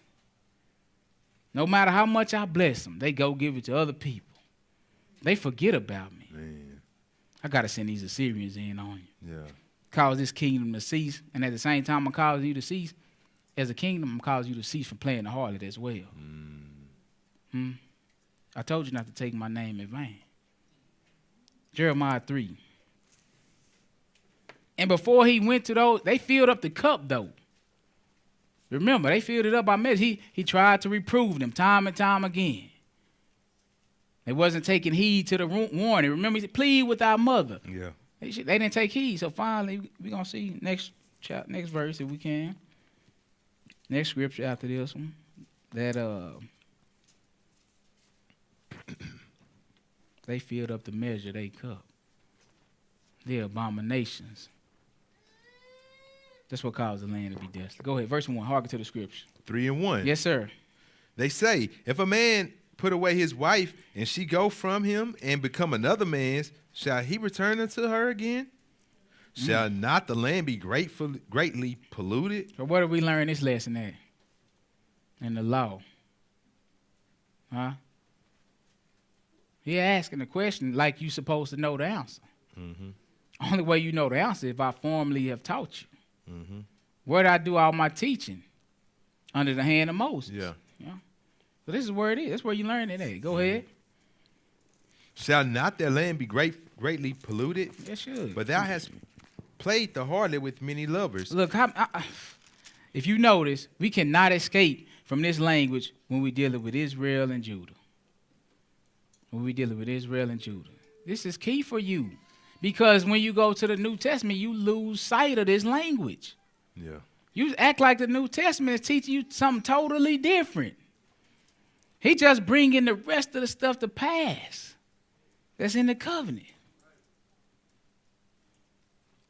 Ain't no two different books. Go ahead. Yet return again to me, saith Yahuwah.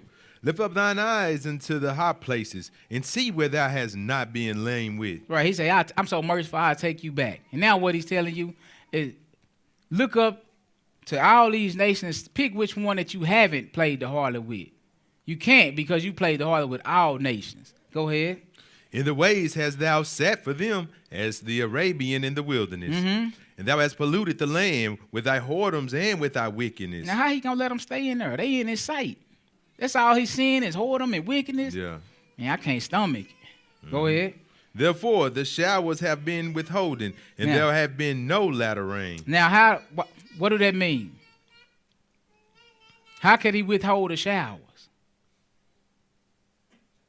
According to the covenant. Because Due you sin. transgressed. Yeah, sin. Right? So instead of me pouring out that blessing, giving you Give rain in famine. due season, Bring you famine. bring you famine. Yeah. Yes. Go ahead. And thou hadst a whore's forehead. You see that? Thou refusest to be ashamed. You're not even ashamed. Nah. Yeah. What's that girl named Amber Now Rose? let's keep Amber Rose. let's drop down a little bit. Let's go to let's just skip down to verse 8. You know, it's our track. They got parades Yeah, it's for the finna get harlots wild. now. Let's read 4. verse 8. Yes, sir. No, verse 8. Oh, 8. Mm-hmm. And I saw when for all the causes whereby backsliding Israel committed adultery, Uh-huh. I had put her away and given her a bill of divorce. You see that? Giving her a bill of I divorce. put her away.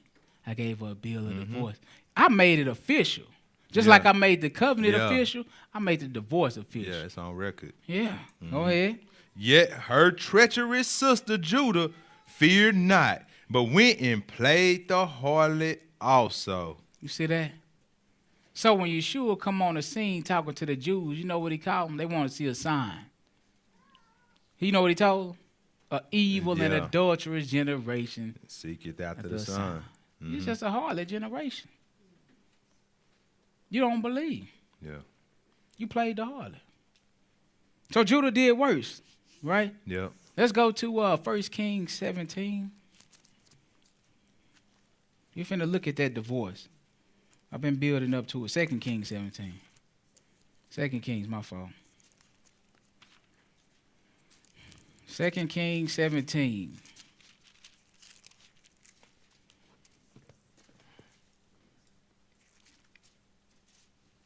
Second Kings 17. Pick me up at verse 1. 1 through In the- 3. Go In the ahead. 12th year of Ahaz, king of Judah, began Hoshea, the son of Eli, to reign in Samaria over Israel 9 years. So you see, we at a time when Israel is still in their land. Uh-huh. So we're going back. Mm-hmm.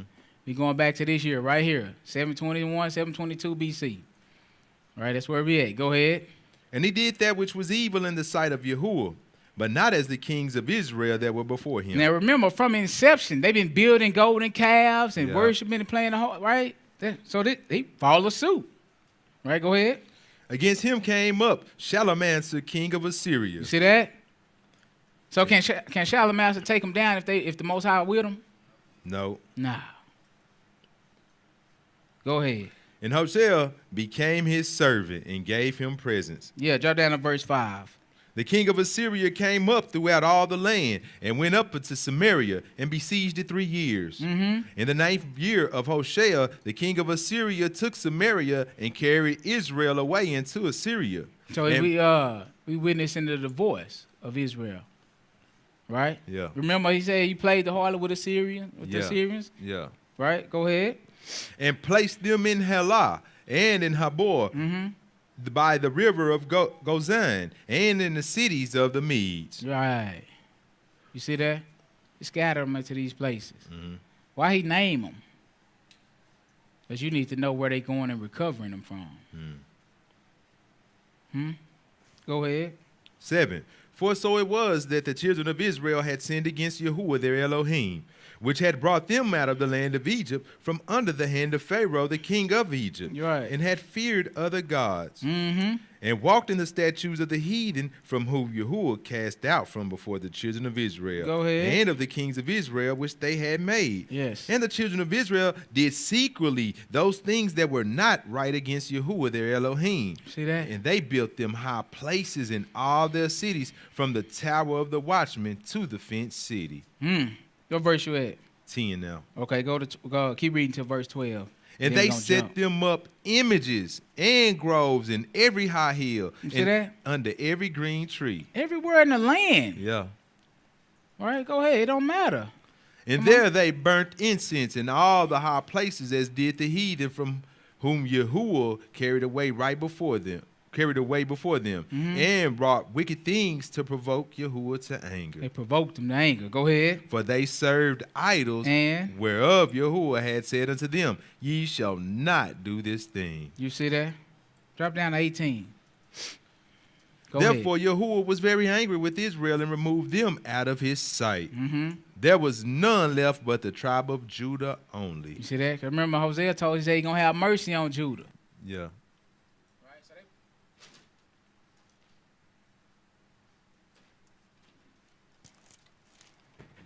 remember.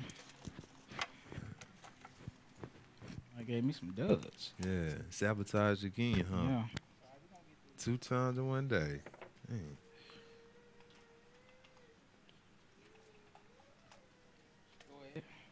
What verse we on?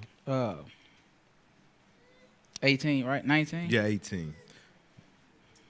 Go ahead. All right, 19 now. Also Judah kept not the commandments of Yahuwah their Elohim, but walked in the statutes of Israel which they made. You see that? Man's traditions Yeah. and customs, yep. So they did the same thing. Mm-hmm. Other prophets say they've done worse. Yeah. Keep going. 20. And Yahuwah rejected all the seed of Israel and afflicted them, and delivered them into the hand of spoilers until he had cast them out of his sight. For he rent Israel from the house of Dawid. And they made Jeroboam the son of Nebat king. And Jeroboam drave Israel from following Yahuwah and made them sin a great sin. That's when he made those golden calves. Yeah. But look what he said. He rejected the whole seed. For the children of Israel walked in all the sins of Jeroboam, which he did, and they departed not from them. Look, that's why it's important. When you have a wicked king, you tend to have wicked inhabitants. Yep. But they started out, once at the split, they started out in wickedness. Yeah, they did. They never recovered from that. They never recovered. He said they done that from Jeroboam until the time that he took them away. And Judah is sitting up here seeing this. And you let them stay in the land? Wow. We getting scary now. I thought you was fair. I thought you was righteous. Uh-oh. How you kick us out of the land? I'm from Naphtali. How you kick us out of the land and you let Judah stay in? Huh? Most I got to put that to silence. Ain't nobody going, I'm a righteous judge. Right, but go ahead. 23. Until Yahuwah removed Israel out of his sight, as he said, by all his servants the prophets. So was Israel carried away out of their own land to Assyria unto this day. They still out. Remember, I'm going to cause the kingdom to cease? Yep. Come on. Now, what the king do? And the king of Assyria brought men from Babylon, and from Cutha, and from Avah, and from Hamath, and from Sepharvaim, and placed them in the cities of Samaria instead of the children of Israel. And they possessed Samaria and dwelt in the cities thereof. Might as well. Y'all doing the same thing. Yep. Huh? Not the same one. But Judah did worse. So how he let them stay? They must hadn't filled up the cup yet. But they are. They had a chance, though, so you can't say they didn't have a prime opportunity. So he took them out, right? And now he brought in, since they didn't reform, Nebuchadnezzar upon Jerusalem. Right? Let's go to 2 Chronicles 36. How you let them stay? We thought we was all under the same covenant.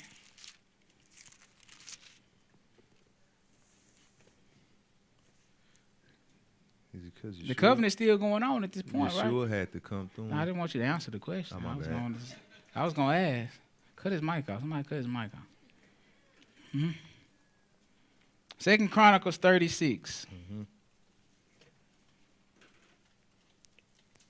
Pick it up in verse 1. Then the people of the land took Jehoahaz, the son of Josiah, and made him king of his father's stead in Jerusalem. Right, I'll try to shorten it for y'all. I know y'all getting tired on me. Go ahead. Jehoahaz was 23 years old when he began to reign, and he reigned 3 months in Jerusalem. Right, so Samaria is gone at this point, right? Judah's the only one left. Yeah. So what happened?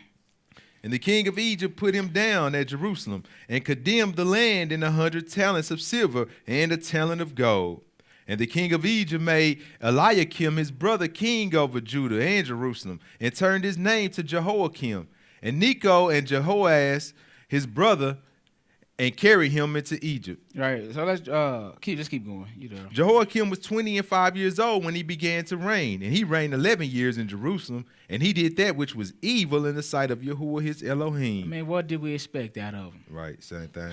Right, what did we expect? Yeah. Go ahead. Against him came Nebuchadnezzar, king of Babylon. You see, but you know this is the reason why the Most High never wanted them to have a man king.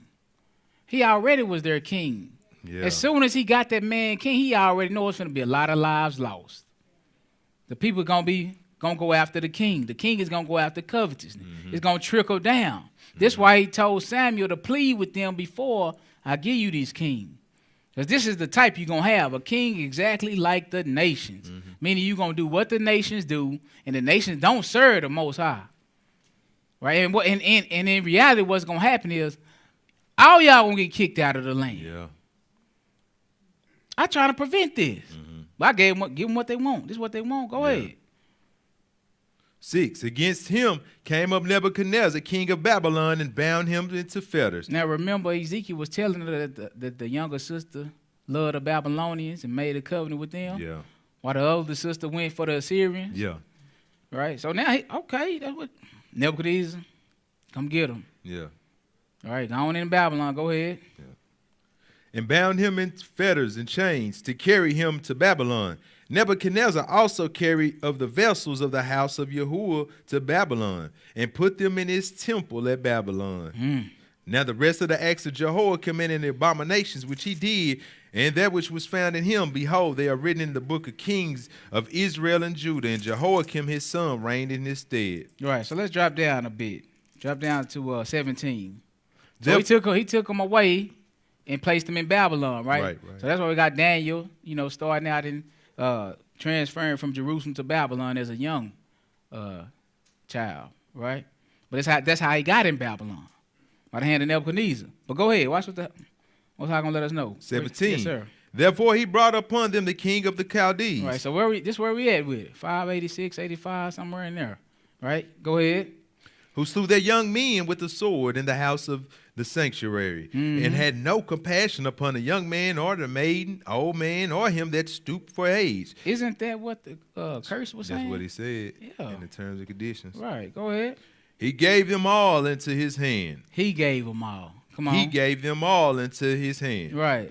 And all the vessels of the house of Elohim, great and small, and the treasures of the house of Yahuwah, and the treasures of the king, and the princes, all these he brought into Babylon. All these he brought into what? Babylon. Yes, go ahead. And they burnt the house of Elohim and break down the wall of Jerusalem. That's what he said what happened. Right? Go ahead. And burnt all the palaces thereof with fire, and destroyed all the goodly vessels thereof. Look at that. That's how it can become a wilderness. You see that? Yeah. That's how the place become a wilderness. Come on.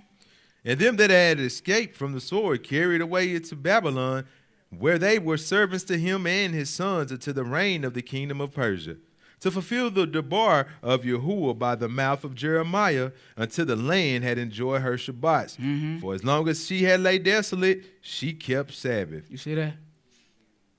To fulfill 70 years, 40 years. That's 70. What was it? Oh, yeah, 70 years, yep. Hold on 1 minute. He let them come back? How? He never let them come back. They did the same thing and even more. He got to keep his word on prophecy. So now, well, look where we at. We 70 years later. That's 70, right? He let them do what?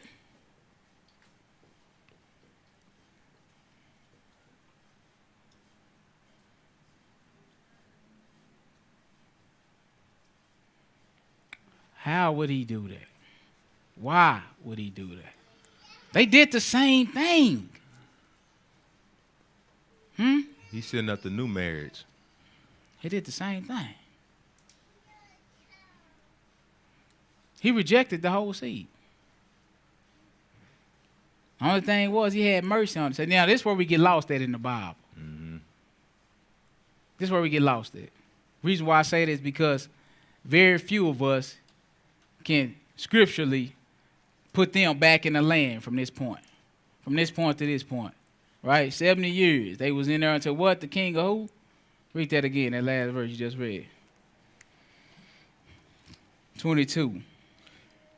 Now in the first year of Cyrus, king of Persia, that the word of Yahuwah spoken by the mouth of Jeremiah might be accomplished, that Yahuwah stirred up the spirit of Cyrus, the king of Persia, that he made proclamation throughout all his kingdom and put it also in writing, saying, Thus saith Cyrus, the king of Persia, all the kingdoms of earth hath Yahuwah Elohim of heaven given me, and he hath charged me to build him a house in Jerusalem, which is in Judah. Who is there among you of all his people? Yahuwah his Elohim be with him, and let him go up. So he let him go back. Yep. He let him rebuild the temple. Yes, sir. He let him reinstitute the Levitical priesthood. Huh? Because they was in captivity for 70 years. Yeah. Right? But Jeremiah prophesied about that. He let them go back when they should have been divorced like it. So it's still not divorced. You know what? You on punishment. You might get better. I really should. I already know what you're going to do. I don't even know why I'm giving you one more chance. I really should be done with you, Mom. You know what? I'm going to give you one last chance. One last chance. So they still married to him, right? If he let them go back. Is that the truth? So the old covenant is still in force right here. So when did he divorce him? I'm confused. You let them go back. You never let them go back. Let's read something. Deuteronomy 24. I'm going to need y'all help with some scripture that show me when he put them back in the land.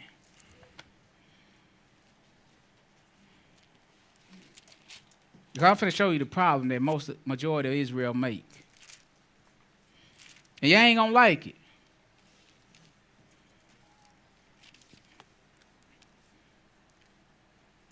If the Most High go according to his word. We're finna use this law. Watch this. 24:1, we're going to read verses 1 through 4.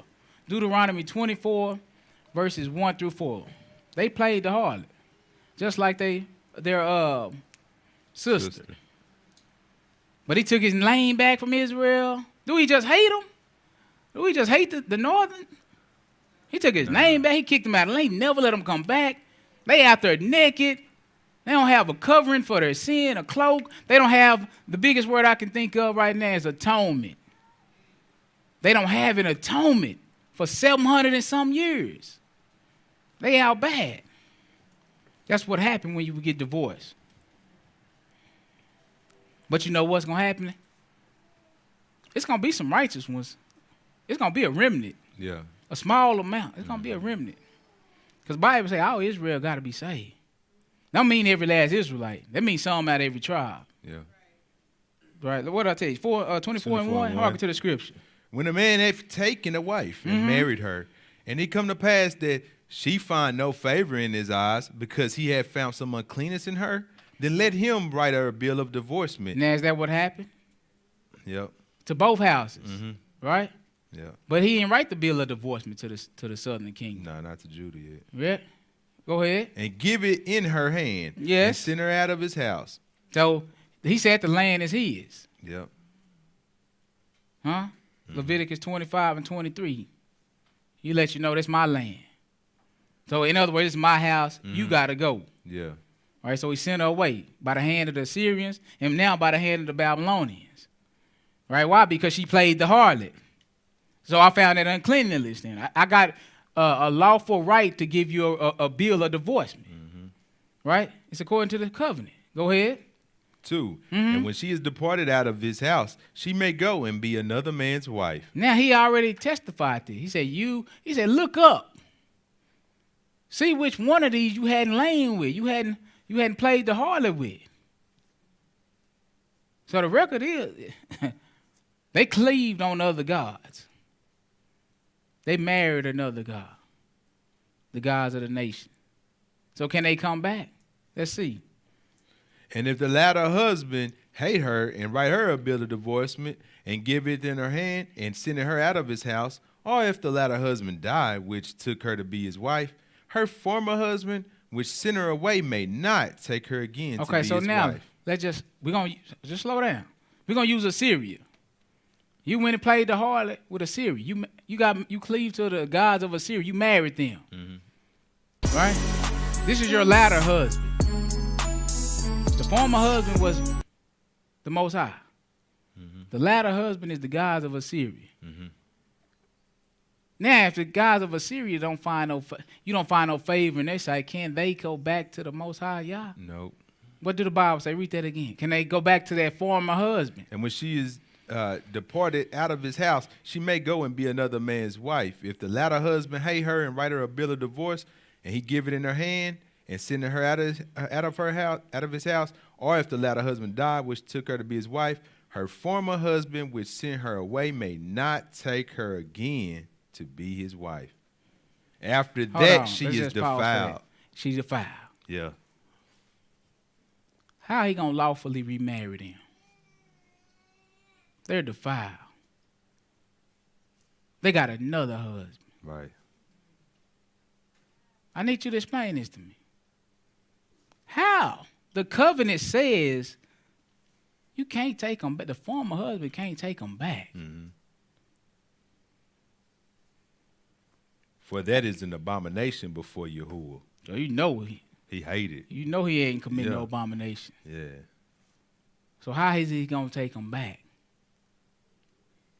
He can't under this covenant. Nah, he can't. This covenant it hadn't been all the way dissolved because of them. They're not divorced yet. So the covenant is still intact, but not with them. So what can we do? It's gonna come a day when we're gonna make a new covenant. You see what I'm saying? So you see the need for a new covenant. So we got two issues. We got a need for a new covenant, and we got these that did the same thing as these, and they hadn't been divorced yet. Right. So when are they gonna be divorced? When are they gonna be divorced? They just now getting ready to go back to the land. So the covenant is still intact with them. And I can't make a new one. Let's go to Jeremiah 31. So this is why you got the prophecies concerning the new covenant. A covenant is a marriage. Remember, look what we wrote about covenant. Marriage. Right? He married them.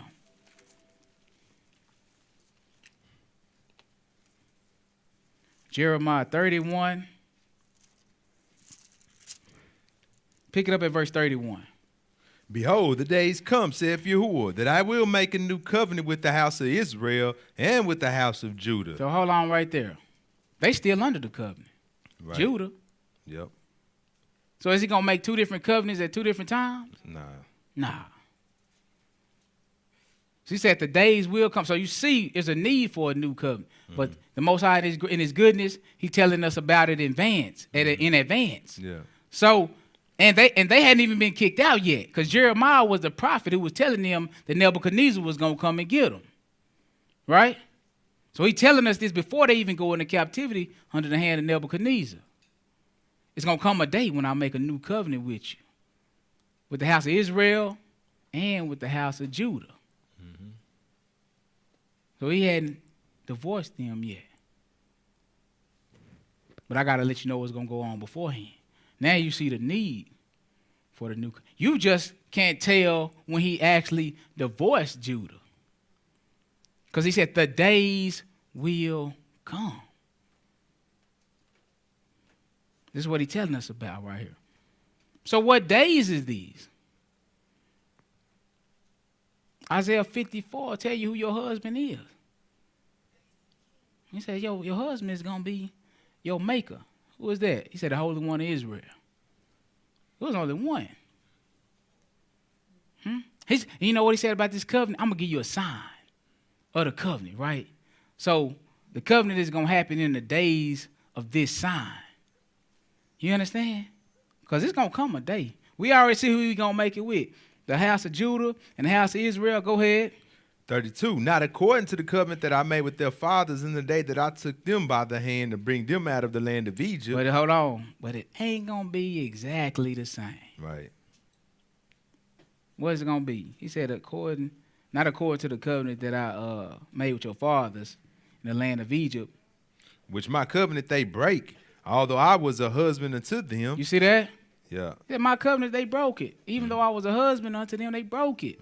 Go ahead. Saith Yahuwah, but this shall be the covenant that I will make with those of the house of Israel. What is? And you see right here, it's not the house of Israel and the house of Judah.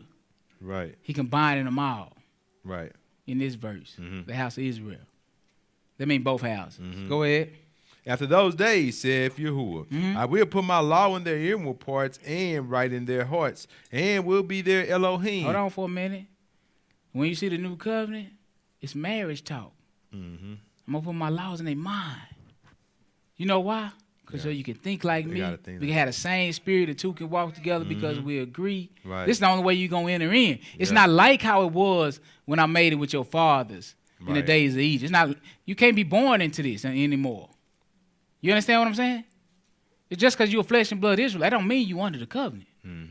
It's not like that. Be flesh and blood and then learn about. No, that's over with. This is new. You got to learn first. You got to be taught first. And then you enter in. Right? Because you got to have the same mind going in. Yeah.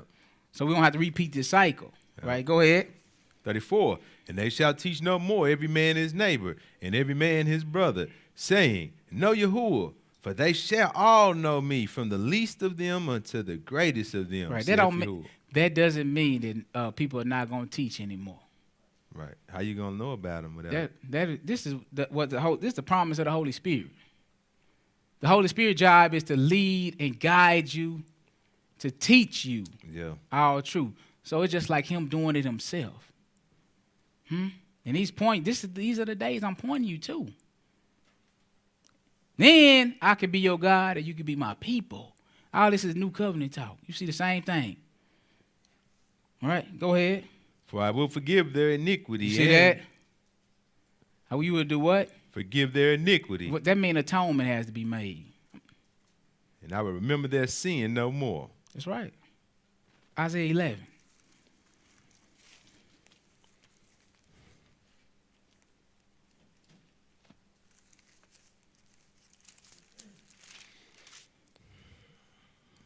We could just jump to it, but what's the fun in that?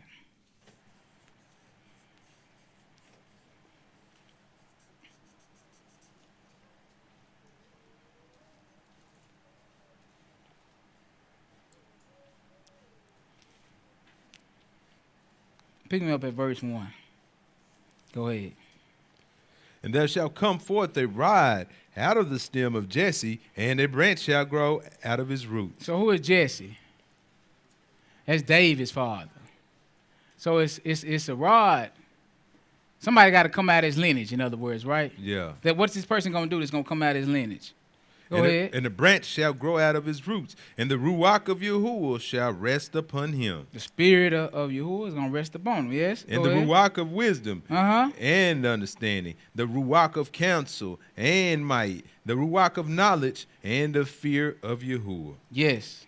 And shall make him of quick understanding in the fear of Yahuwah. And he shall not judge after the sight of his eyes, neither reprove after the hearing of his ears. But with righteousness shall he judge the poor, and reprove with equity for the meek of the earth. And what verse you at? 4. Okay, when you finish that, we're going to drop down to 10. Okay. And he shall smite the earth with the rod of his mouth, and with his breath of his lips shall he slay the wicked. Okay, so who repeated that? Didn't Yeshua repeat this in Luke the 4th Yeah. chapter? So this was telling you that this is talking about him. Now watch this, verse 10. Go ahead. And in that day there shall be a root of Jesse. See, which- this is important because this is the reason why he couldn't do away with them yet. This prophet, Isaiah wrote this. This even before the northern tribe went into captivity. So that he had to let them come back because it's a root got to be left over out of the stem of Jesse. That's the only way they escape. Isaiah 1 say if it hadn't been, he said if it hadn't been for it was a blessing in the cluster of the grapes. He said if it Yeah. hadn't been for a blessing, I would have destroyed. We all would have been No, like Sodom and yeah. Gomorrah. So for the Messiah's sake, you remember David? What did David say? Lord, I'm gonna make you a house. Yeah. Huh? So what the Most High say? I didn't ask you for that. Right, But right. because you had that type of heart towards me, I'm gonna make your name. We need to thank David. I'm gonna make your a house, an everlasting house. This is why it ain't to get destroyed. The house of David. The blessing coming out of the seed of David. Jesse's father was David. Right? So he saved them. So that's why they didn't get destroyed when they did the same thing, because all of the prophecies hadn't been fulfilled. You see what all the covenant hasn't been complete. Right? Keep going. 10. And in that day there shall be a root of Jesse, The same one, right? Go ahead. which shall stand for an ensign of the people. So he gonna be a sign to the people. Right? Go ahead. To it shall the Gentiles seek, and his rest shall be glorious. Look at that.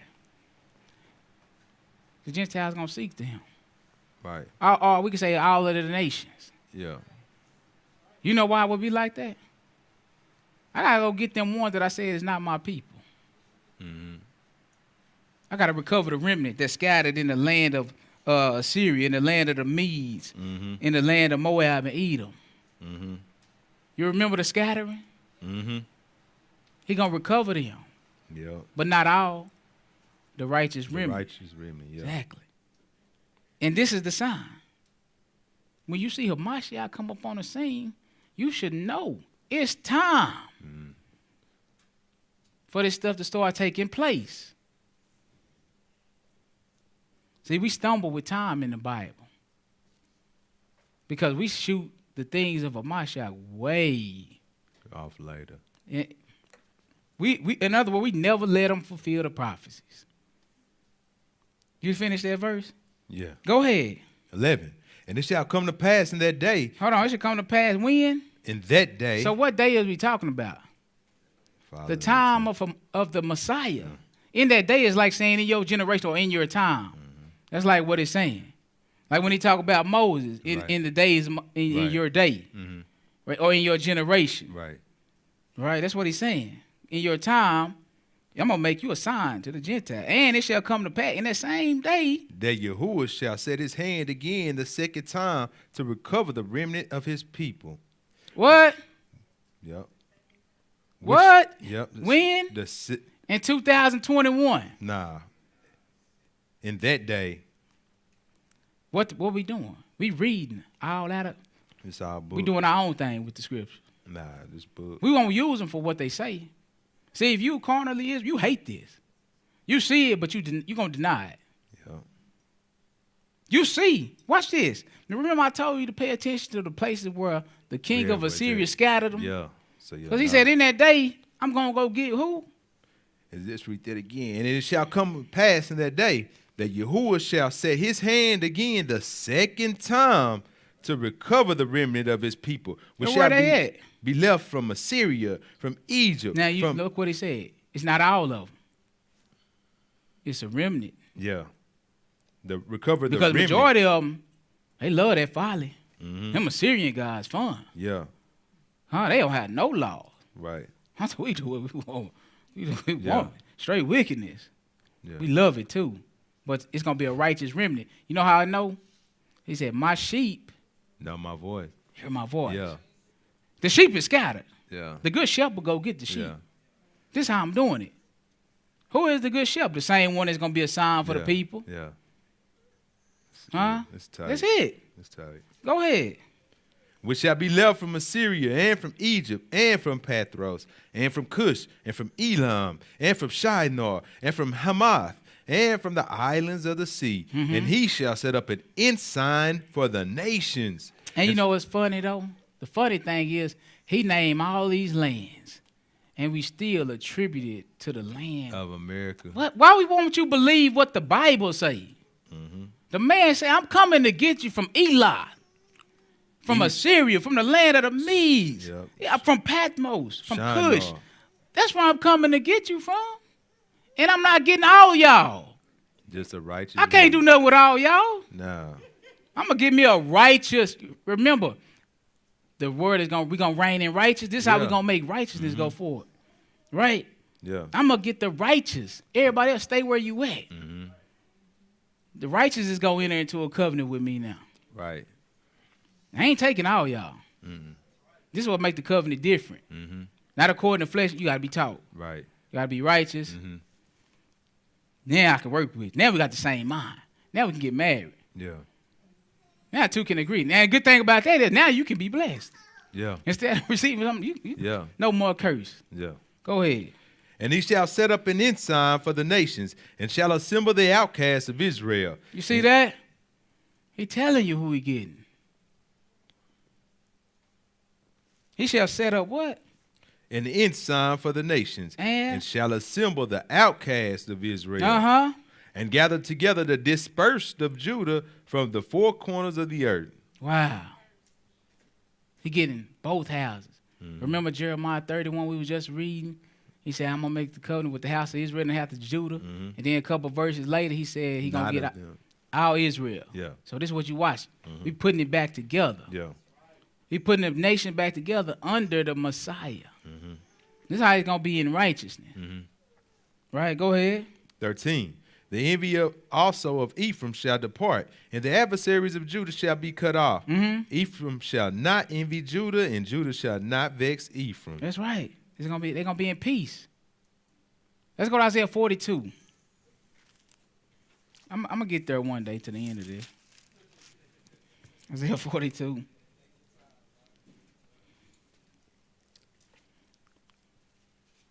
We need to deal with this man. Say he's going to be a covenant, a sign of the covenant. Verse 1. 42 and 1. Behold my servant, Who is that? behold my servant whom I uphold, mine elect, in whom my soul delighteth. Yes. I have put my ruach upon him. This is what it said in Isaiah 11 about the root, the stem out of Jesse.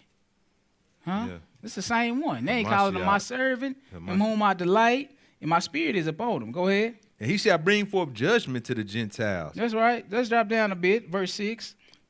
I, Yahuwah, have called thee in righteousness, and will hold thine hand, and will keep thee, and give thee for a covenant of the people, for a light of the Gentiles. He said, I'm going to give you for a covenant. For a light of the Gentiles. Exactly. You're going to be a covenant. Sign of the covenant. Isaiah 49. It's the same one. We just skipping through it real lightly.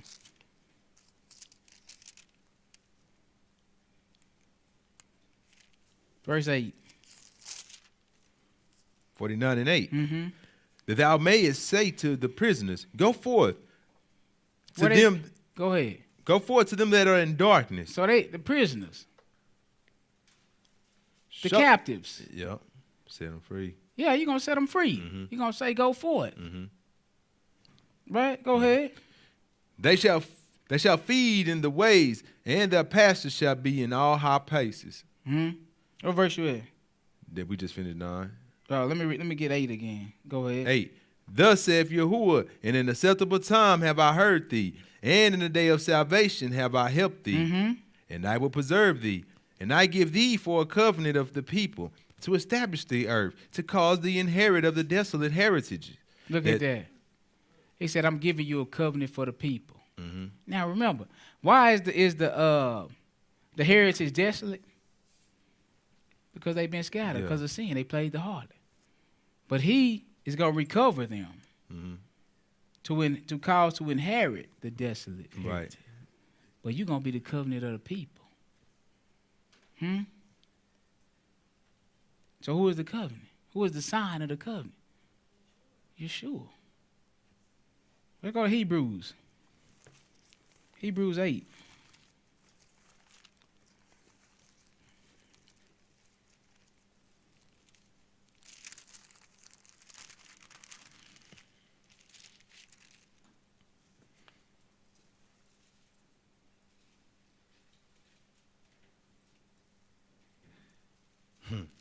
He got to forget a sin first. How you going to do that, though? They got to come under the covenant. He got to die. You got to make atonement, yeah. To Gotta- establish the covenant. Got to make an atonement. Got to shed their blood. Mhm. Let's see. Hebrews 8. Pick me up at verse 6. But now hath he obtained a more excellent ministry, Talking about Messiah. All right, go ahead. by how much also he is the mediator of a better covenant. You the which- mediator of a what? A better covenant, Like what? which was established upon better promises. So I got a question, because people be talking about he going to reinstitute Levitical priesthood. You know, how is he going to, that's going backwards. Yeah, it He is. said saying he got a priesthood after the order of Melchizedek. He Yeah. said if you was able to become perfect by Levi or after the order of Aaron, we would have just left it like that. So now people want to go back. But do you know why? Do you know why somebody would say or teach that the Levitical priesthood is going to be reinstituted? Because of right here. That scripture is for this time. Them scriptures that say Levitical priesthood going to be reinstituted, you got to reinstitute it so he can have a temple to come to. Right? You got to set that stuff back up. The city and the wall of Nebuchadnezzar tore it down. You got to rebuild a temple. You got to rebuild a city. Yep. Once you rebuild a temple, you got to put the priesthood back in order. Yep. And that priesthood is going to stay in order until we get the priesthood that's after the order of Melchizedek. Wow. You see that? Yep. You cannot, they still under this covenant. You cannot change priesthoods in the middle of a covenant.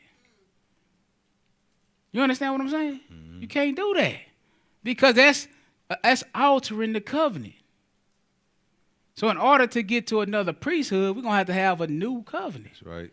But we can't get there yet because the old one is still standing. Yeah. You understand? The old one is still standing. Yeah.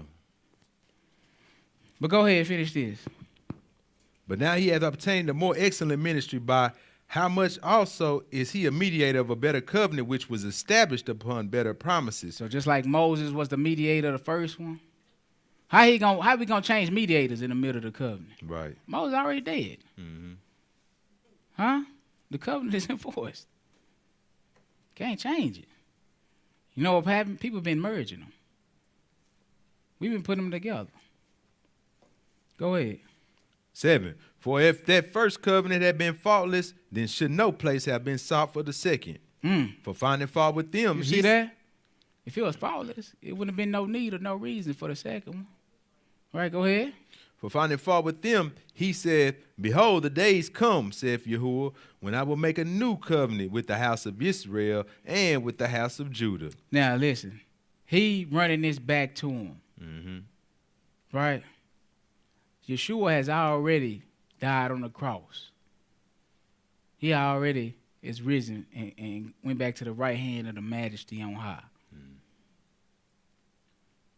And the old covenant, the old priesthood is still intact. They still making sacrifices at this point in the temple. The temple is still standing at this point. Right? Mm-hmm. So the covenant is still intact. Yeah. And that's why people they'll go to Acts 15 or 21, whatever the case may be, and they'll show James, and they'll show whatever the other apostle was, and they were still going to the temple for sacrifices. Of course. The Levitical priesthood was still offering those sacrifices because it had to be reinstituted. Yeah, right. Right, and it's going to stand until Melchizedek take it down. Mm-hmm. Melchizedek, then we're going to have a new priesthood and a new covenant after the order of Melchizedek. Yeah, He just yeah. established it right quick when he hit that cross. Yeah. But it still hadn't fully come into fruition. That's right. Right? So that's why you can go in the book of Acts and still see them See it. sacrificing animals. Still see the apostles going to the temple at the hour of prayer. You still see those old covenant works happening Right. because it's still standing. So not only Right? So we got, let's just say we in what? We're going to get to the birth of Christ. Let's just say 4 through 26, birth and death.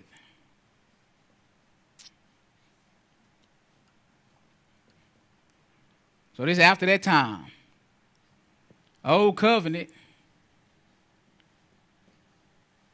is still intact, still standing.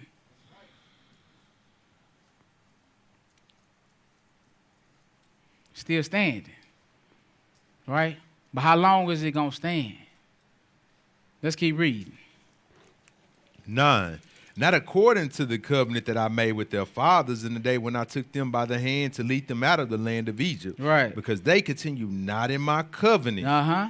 And I regarded them not, saith Exactly. Yahuwah. I regarded them not, meaning they broke it, and I no longer counted them as my people. Right. They wasn't my people no more after that. Right. Lo Right. me. So in order for him to marry, they got to get to the new covenant. Yeah. If the first one is still standing, they still ain't his people. Yep. Huh? Yep. But go ahead. 10. But this is the covenant that I will make with the house of Israel after those days, saith Yahuwah. I will put my laws into their mind and write them in their hearts, and I will be to them a Elohim, and they shall be unto me a people. Right, and they both, the old one is going to cease, and then the new one is going to take place Right. once the old one ends. Exactly. Verse 13, go ahead. And that he has said, a new covenant he hath made, the first old. You see that? A It got to new come to pass. It got to be old. It's old. A new covenant he hath made, the first old. Man, Now that which decayeth and waxeth old is ready to vanish away. you see that? He said decayed and wax old. That means it's ready to vanish away. In other words, we completed what we need to complete.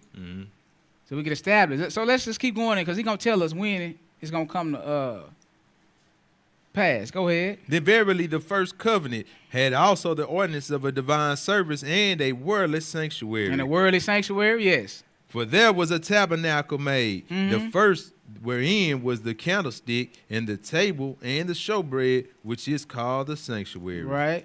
And after the second veil, the tabernacle, which is called holiest of all, which had the golden censer and the ark of the covenant overlaid round about with gold, wherein was the golden pot that had manna and Aharon's rod that budded. Right. So And all of the- this is encompassed. It goes with. Right. It's part of it. The first covenant. Go ahead. And the tables of the covenant. And over it, the cherubims of glory shadowing the mercy seat, of which we cannot now speak particularly. Right. Now, when these things were thus ordained, the priest went always into the first tabernacle, accomplishing the service of Elohim. That's right. So they even got the priests. Right. They're the ones that's responsible for it. Right? Can't nobody else do it. Go ahead. And Seven. the priests have to know who they are. They Yeah. have to know that they're priests. Yeah. They have to understand their genealogy. Go ahead. But into the second went the high priest alone once every year, not without blood, Right. which he offered for himself and for the errors of the people. Yes. Ruach HaKodesh, this signifying that the way into the holiest of all was not yet made manifest, while as the first tabernacle was yet standing. You see that? The way into the most holy place, entrance into the new covenant was not made known unto us while the first tabernacle was still erected. Or while the first tabernacle was still standing. In covenantal standing. Right? So once we no longer have that, that's a sign. But it's imposed on them. Go ahead. They have 9, to do that stuff. Keep going.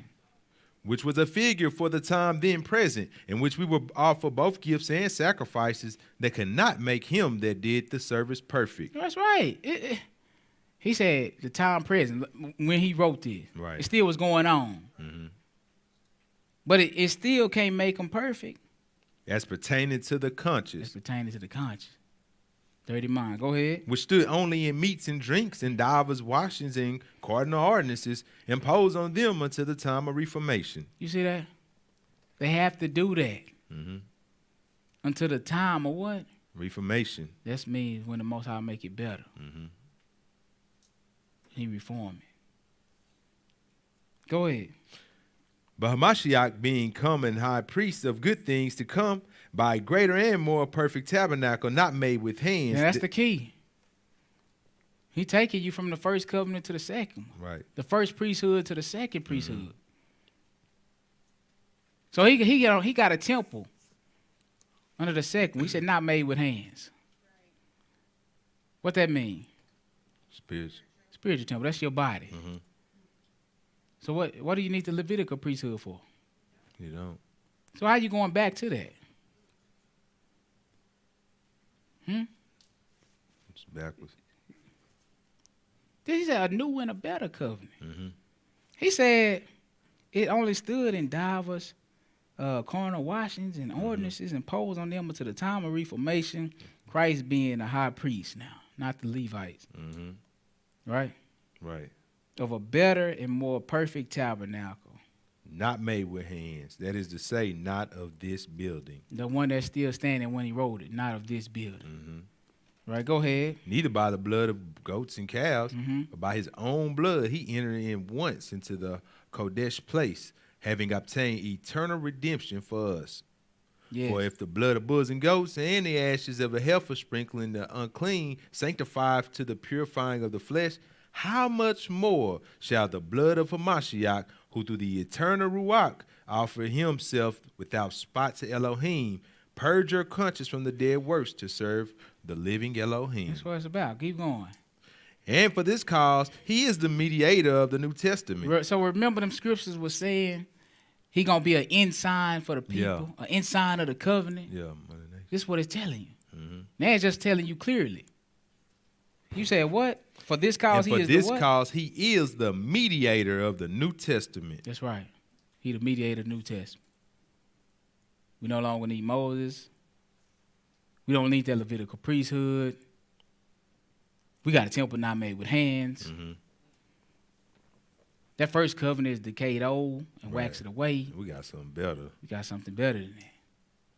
But this covenant, your mind is supposed to be purged from dead works. See, cause your mind wasn't purged because you just go off your little bull, your little sacrifice, your little gizot, right? You go off for that, but you still got a dirty conscience. Right. See, now it's differently. Now it's different. Because in order for you to come under this one, your mind got to be purged. Yeah. So in order for you to marry me, we got to have the same mind. So you know what I'm going to do? Put my laws and statutes in your mind. It's going to purge your conscience from dead works. This is how you can come under the new covenant. But they had to do that until it was time. Right? Yeah. One of the last things he had to do to bring an end to this covenant was divorce Judah. Once he divorced them, because remember, they're not divorced yet.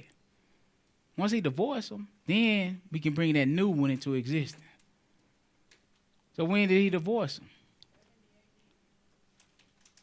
Because at the divorce of, and it got to look like this. Let's go to Hosea 6. Pick me up at verse 10 and 11. So the divorce got to look, this is our evidence of the divorce. It has to look like when the Assyrians took down Israel.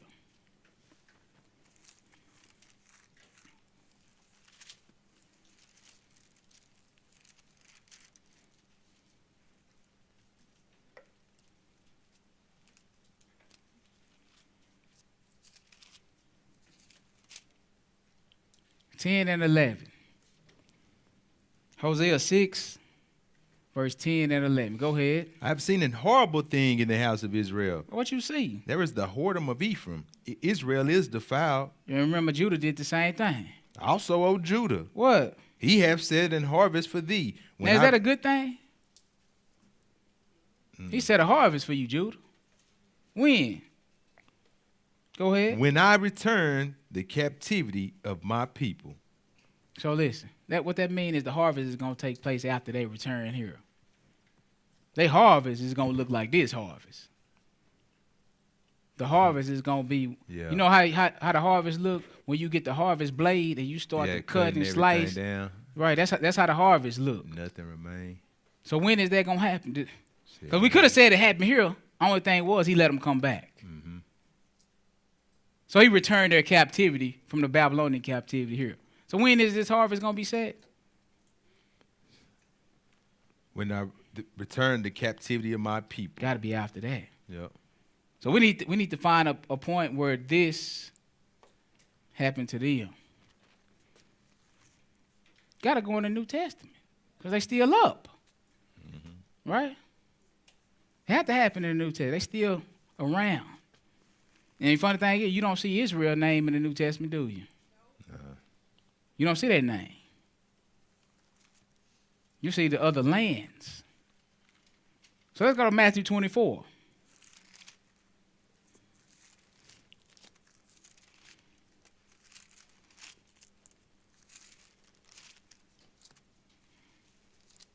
Remember, Jesus came to his own.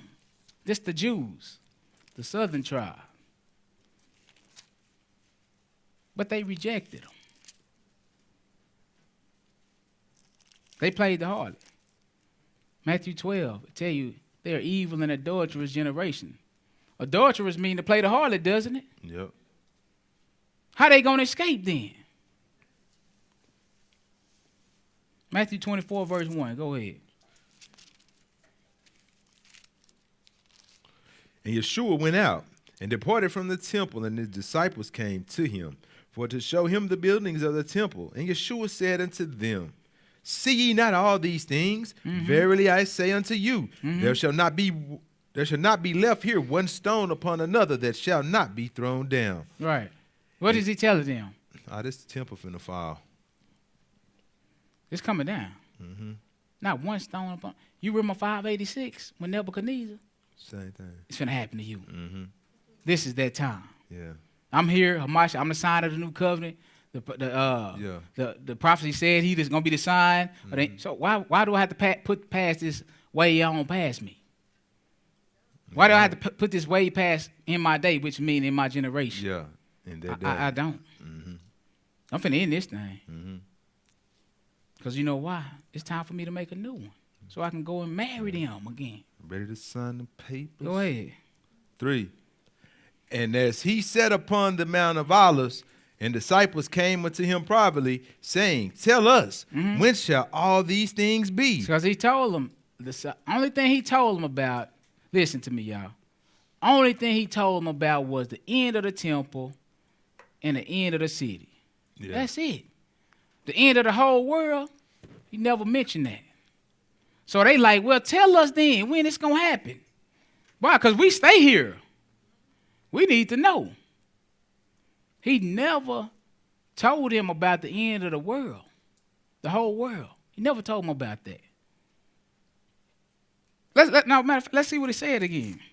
Verse 2, Jesus said unto them, what'd he say? Yeshua said unto them, See ye not all these things? Because remember, they showed him the temple. Right. In the building, how fascinating it was. So what did he say? Verily I say unto you, there say shall not be left here one stone upon another that shall not be thrown down. So when did he tell them about the end of the world? Never did. So now watch what the apostles' response is. What did they respond to him by? How did they respond to him? Go and ahead. As he sat upon the Mount of Olives, the disciples came unto him privately, saying, Tell us, when shall all these things be? He said, tell us when all these things going to happen. And what shall be the sign of thy coming and the end of the world? Now, there you go. He said the end of the world. Man, listen, They did. You lose a little bit when you switch from one language to another. They're not concerned about the end of the world. They're concerned about the end of the age. Other Bibles translate this world as age. If you go in the original language and look at it, it's going to say age. It's not going to say world like the King James got it. It's going to say age. That means an era. For that time. A time, Yes. right? Like Yes. a generation. Yep. A specific time. It's time specific. That's right. It's facts. When is the end of this age going to occur? Not the end of the whole world. So you know what we done? When you look at the Bible from a Greek point of view, that word world means entire world. So quite naturally, this is what he asking them about. The Bible is written from a Hebraic point of view. Yep. You have to understand it the way the Hebrews understood it. Exactly. So to them, their understanding is about their city, their sanctuary coming to an end. Yeah, that's their whole world. Yep. Right? Not about the end of America. He's not talking about that. Yeah. But people today teach that. Now, they're not talking about the end of Russia. Mm-hmm. You understand? It's not talking about the end of Antarctica. Who lived there? Anyway, it's not talking about the end of Jamaica. It's not talking about that. Right, so let's drop down. They say I done went way over. Let's go drop down a bit. So he started telling them things that were going to happen and signs that they can recognize when his time was coming up on them. Right? You know what the people do? Most people will say, okay, yeah, verse 1 through 34 or 1 through 36 is talking about the end of the Jerusalem in the city. But when you get down to verse 36, talking about the end of the world. Well, that's a whole new conversation. Yeah. But I want to show you something. Okay, if you give me verses 1 through 36, 1 through 34. Give me 1 through 34, right? Yeah. Let's look at what happened in verse 21. Because this got to go with the destruction of Jerusalem. You understand what I'm saying? Yeah. This got to go with the end of their world. Yeah. What does verse 21 say? For then shall be great tribulation, Where at? such as was not since the beginning of the world to this time, no, never shall be. Verse 20, what does 20 say? But pray ye that your flight be not in the winter, neither on the Shabbat. So he's telling them it's coming. Pray that your flight don't be in the winter or on the Shabbat. Right? He said, for then Shall be great tribulation, such as not since the beginning of the world to this time, no, nor ever shall be. great tribulation, not since the beginning of this age. And after this age is over, it ain't going to be like that again. Let's go to Luke 17. I skip 17. Let's go to Luke 19. They say my time running short like a me. A midget laying in No. the ditch. I wasn't going to say that. I cut it short. Luke 19. Luke 19, verse 42. Or 41. 41. And when he was Go ahead. And when he was come near, he beheld the city and wept over it, So he looked over the city. He looked upon the city. And He started to weep over it, right? Go ahead. saying, If thou hadst known, even thou, at least in this thy day, the things which belong unto thy peace, but now they are hid from thine eyes. See, it's too late. Yep. If you had only known the day of your visitation. This is the day that the Lord visits you. He there in the flesh, Yeshua. You didn't even recognize him. These are things that pertain to you, but since you didn't know, now it's here, now it's too late. Go ahead. For the days shall come upon thee, Well, what's that gonna thine happen? enemies shall cast a trench about thee, and compass thee around, and keep thee in on every side. You know what he's telling you about? 70 AD. This is the divorce of Judah. Yep. Because now it's going to look like this. Yep. You see what I'm saying? Blood got to be shed. It's going to look like this, and it's going to look like this. Yeah. Only this time, he let them come back. This time, they ain't coming back. And now we can bring an end to that first covenant. Yeah. And now we can start the second one, and I can remarry them. Go ahead. 44. And shall lay thee even with the ground, and thy children with thee, and they shall not leave in thee one stone upon another, because thou knewest not the time of thy They're visitation. going to tear it all down or leave the land desolate. It's the same way that it always is when Yeah. they play the harlot. Become a wilderness. Yeah. Luke 21. Luke 21. So who did this? Yeah, the Roman army.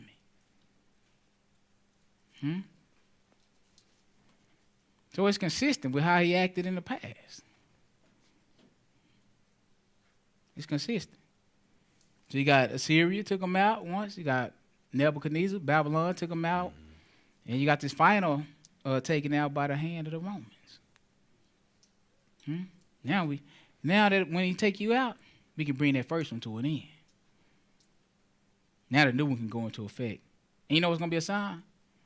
That temple ain't standing no more. We reformed this thing. The temple ain't standing. That's the sign. Now everybody who come to me under this new covenant got to be righteous.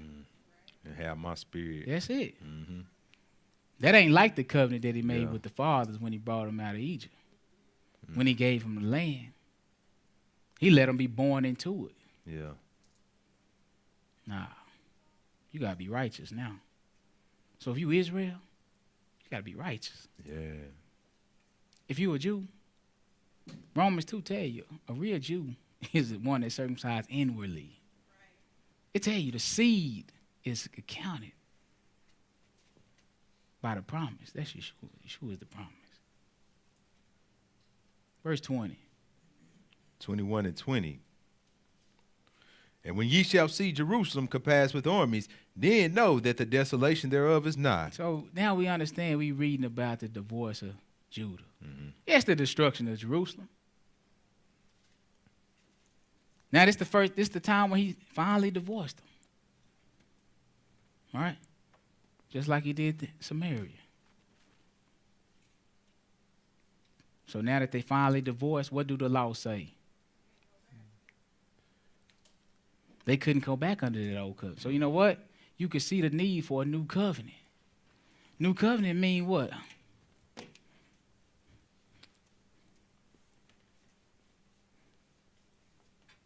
A new marriage. Exactly.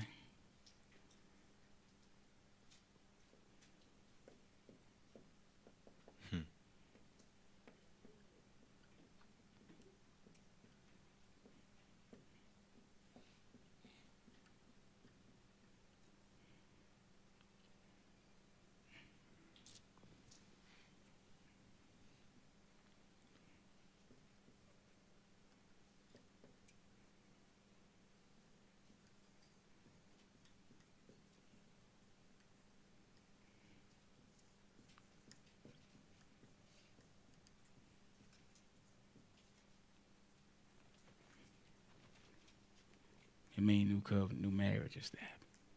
So we got times. Little old 1,500 years that old one was standing. After he destroyed Jerusalem, he divorced Judah, that old one came to an end. Now, from that point on, this new one is established. I already set up the atonement. In order to forgive your sins, you got to follow suit. All right? And now we've beneficiaries. From this point on, we're beneficiaries of this one. So you know how we enter into? We got to have knowledge of who he is. Because once we enter in, we got to be righteous in order to enter in. In order to marry the Most High, you got to be righteous. Let's finish this.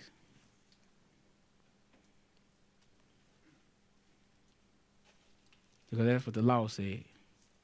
Once they played the harlot, you can't come back. Only way he can remarry them is by making a new covenant. And under this new covenant, if you're not righteous, you're not in it. It's only going to be a remnant. I'll tell you what verse. We just finished 20. Okay, go ahead. 20. Go ahead. Then let them which are in Judea flee to the mountains, and let them which are in the midst of it depart out, and let not them that are in the countries enter thereinto. For these be the days of vengeance, that all things which are written may be fulfilled. Look at that. Most of us ignore that statement. We'll read it, but our mind psychologically will go to not all things, but some things.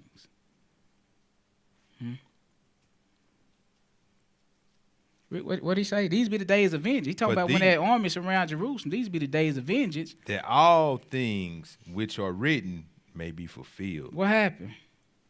But woe unto them that are with child, and woe to them that give suck in those days. Look at that. Because he's talking about those days when Jerusalem gets compassed with armies. Why is it a woe to them? Go ahead. For there shall be great distress in the land, and wrath upon this people. You see that? Great distress is the same as saying great tribulation. The great tribulation happened to them. It ain't for us. But when you mismanage the text all the way over here, yeah, you're going to keep looking. Yeah, you're going to say we in Jacob's trouble now. Yeah, you're going to say we're going to be beneficiaries of the great tribulation. Because you already mismanaged it. You never put them back in the land with the correct scriptures. Right. Isaiah 14, 1 and 2, you using it for end time. He was talking about when they go back into the land under the hand of Ezra and Nehemiah. Yep. You still using it for end time scriptures. Yeah. You use Ezekiel 20. That wasn't talking about. That's talking about them going back into the land. Yep. Not us going back to Jerusalem. It wasn't talking about that. But you've mismanaged all of the prophets that speak about putting Israel back into Jerusalem from the Babylonian captivity, and you put us in the 21st century right in this BC time era. And that's why we so confused when it comes to the prophets. That's why we don't understand what's going on. But all we had to do was listen to what Messiah said. What did he say in verse 22? For these be the days of vengeance, that all things which are written may be fulfilled. Now, is Daniel written? Is Ezekiel and Isaiah and Jeremiah, is they written?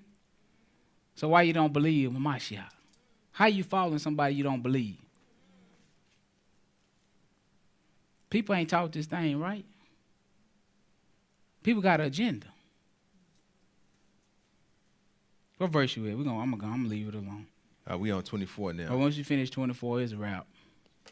And they shall fall by the edge of the sword, and shall be led away captive into all nations, and Jerusalem shall be trodden down of the Gentiles until the times of the Gentiles be fulfilled. That's the truth. All things written, maybe. This is the voice. This is the harvest. So when you go into Matthew 13 and you read them parables about the harvest, about the wheat and the tares growing together, this is the time he telling you that was going to end. And it have to end so that we can establish the better covenant. And that's what the Bible is trying to teach us. But when you mismanage, you're going to have a whole slew of people believing something that the Bible ain't teaching us. And that's where we at in this modern day with the scripture. So the divorce of Judah, when did it happen? 70 AD, when he took down Jerusalem by the Roman armies, which is consistent with how he acted in the past under the hand of Nebuchadnezzar and under the hand with the Assyrians taking out Israel. Now it's fair. You can kick both of us out the land. You know what I'm saying? Now it's fair. Right. We both out the land. Now we both have to come to you the same way, in righteousness. And that's it. I hope somebody got something from the lesson in Yeshua's name. I know it's long. Thank you for your time. Hallelujah. Hallelujah.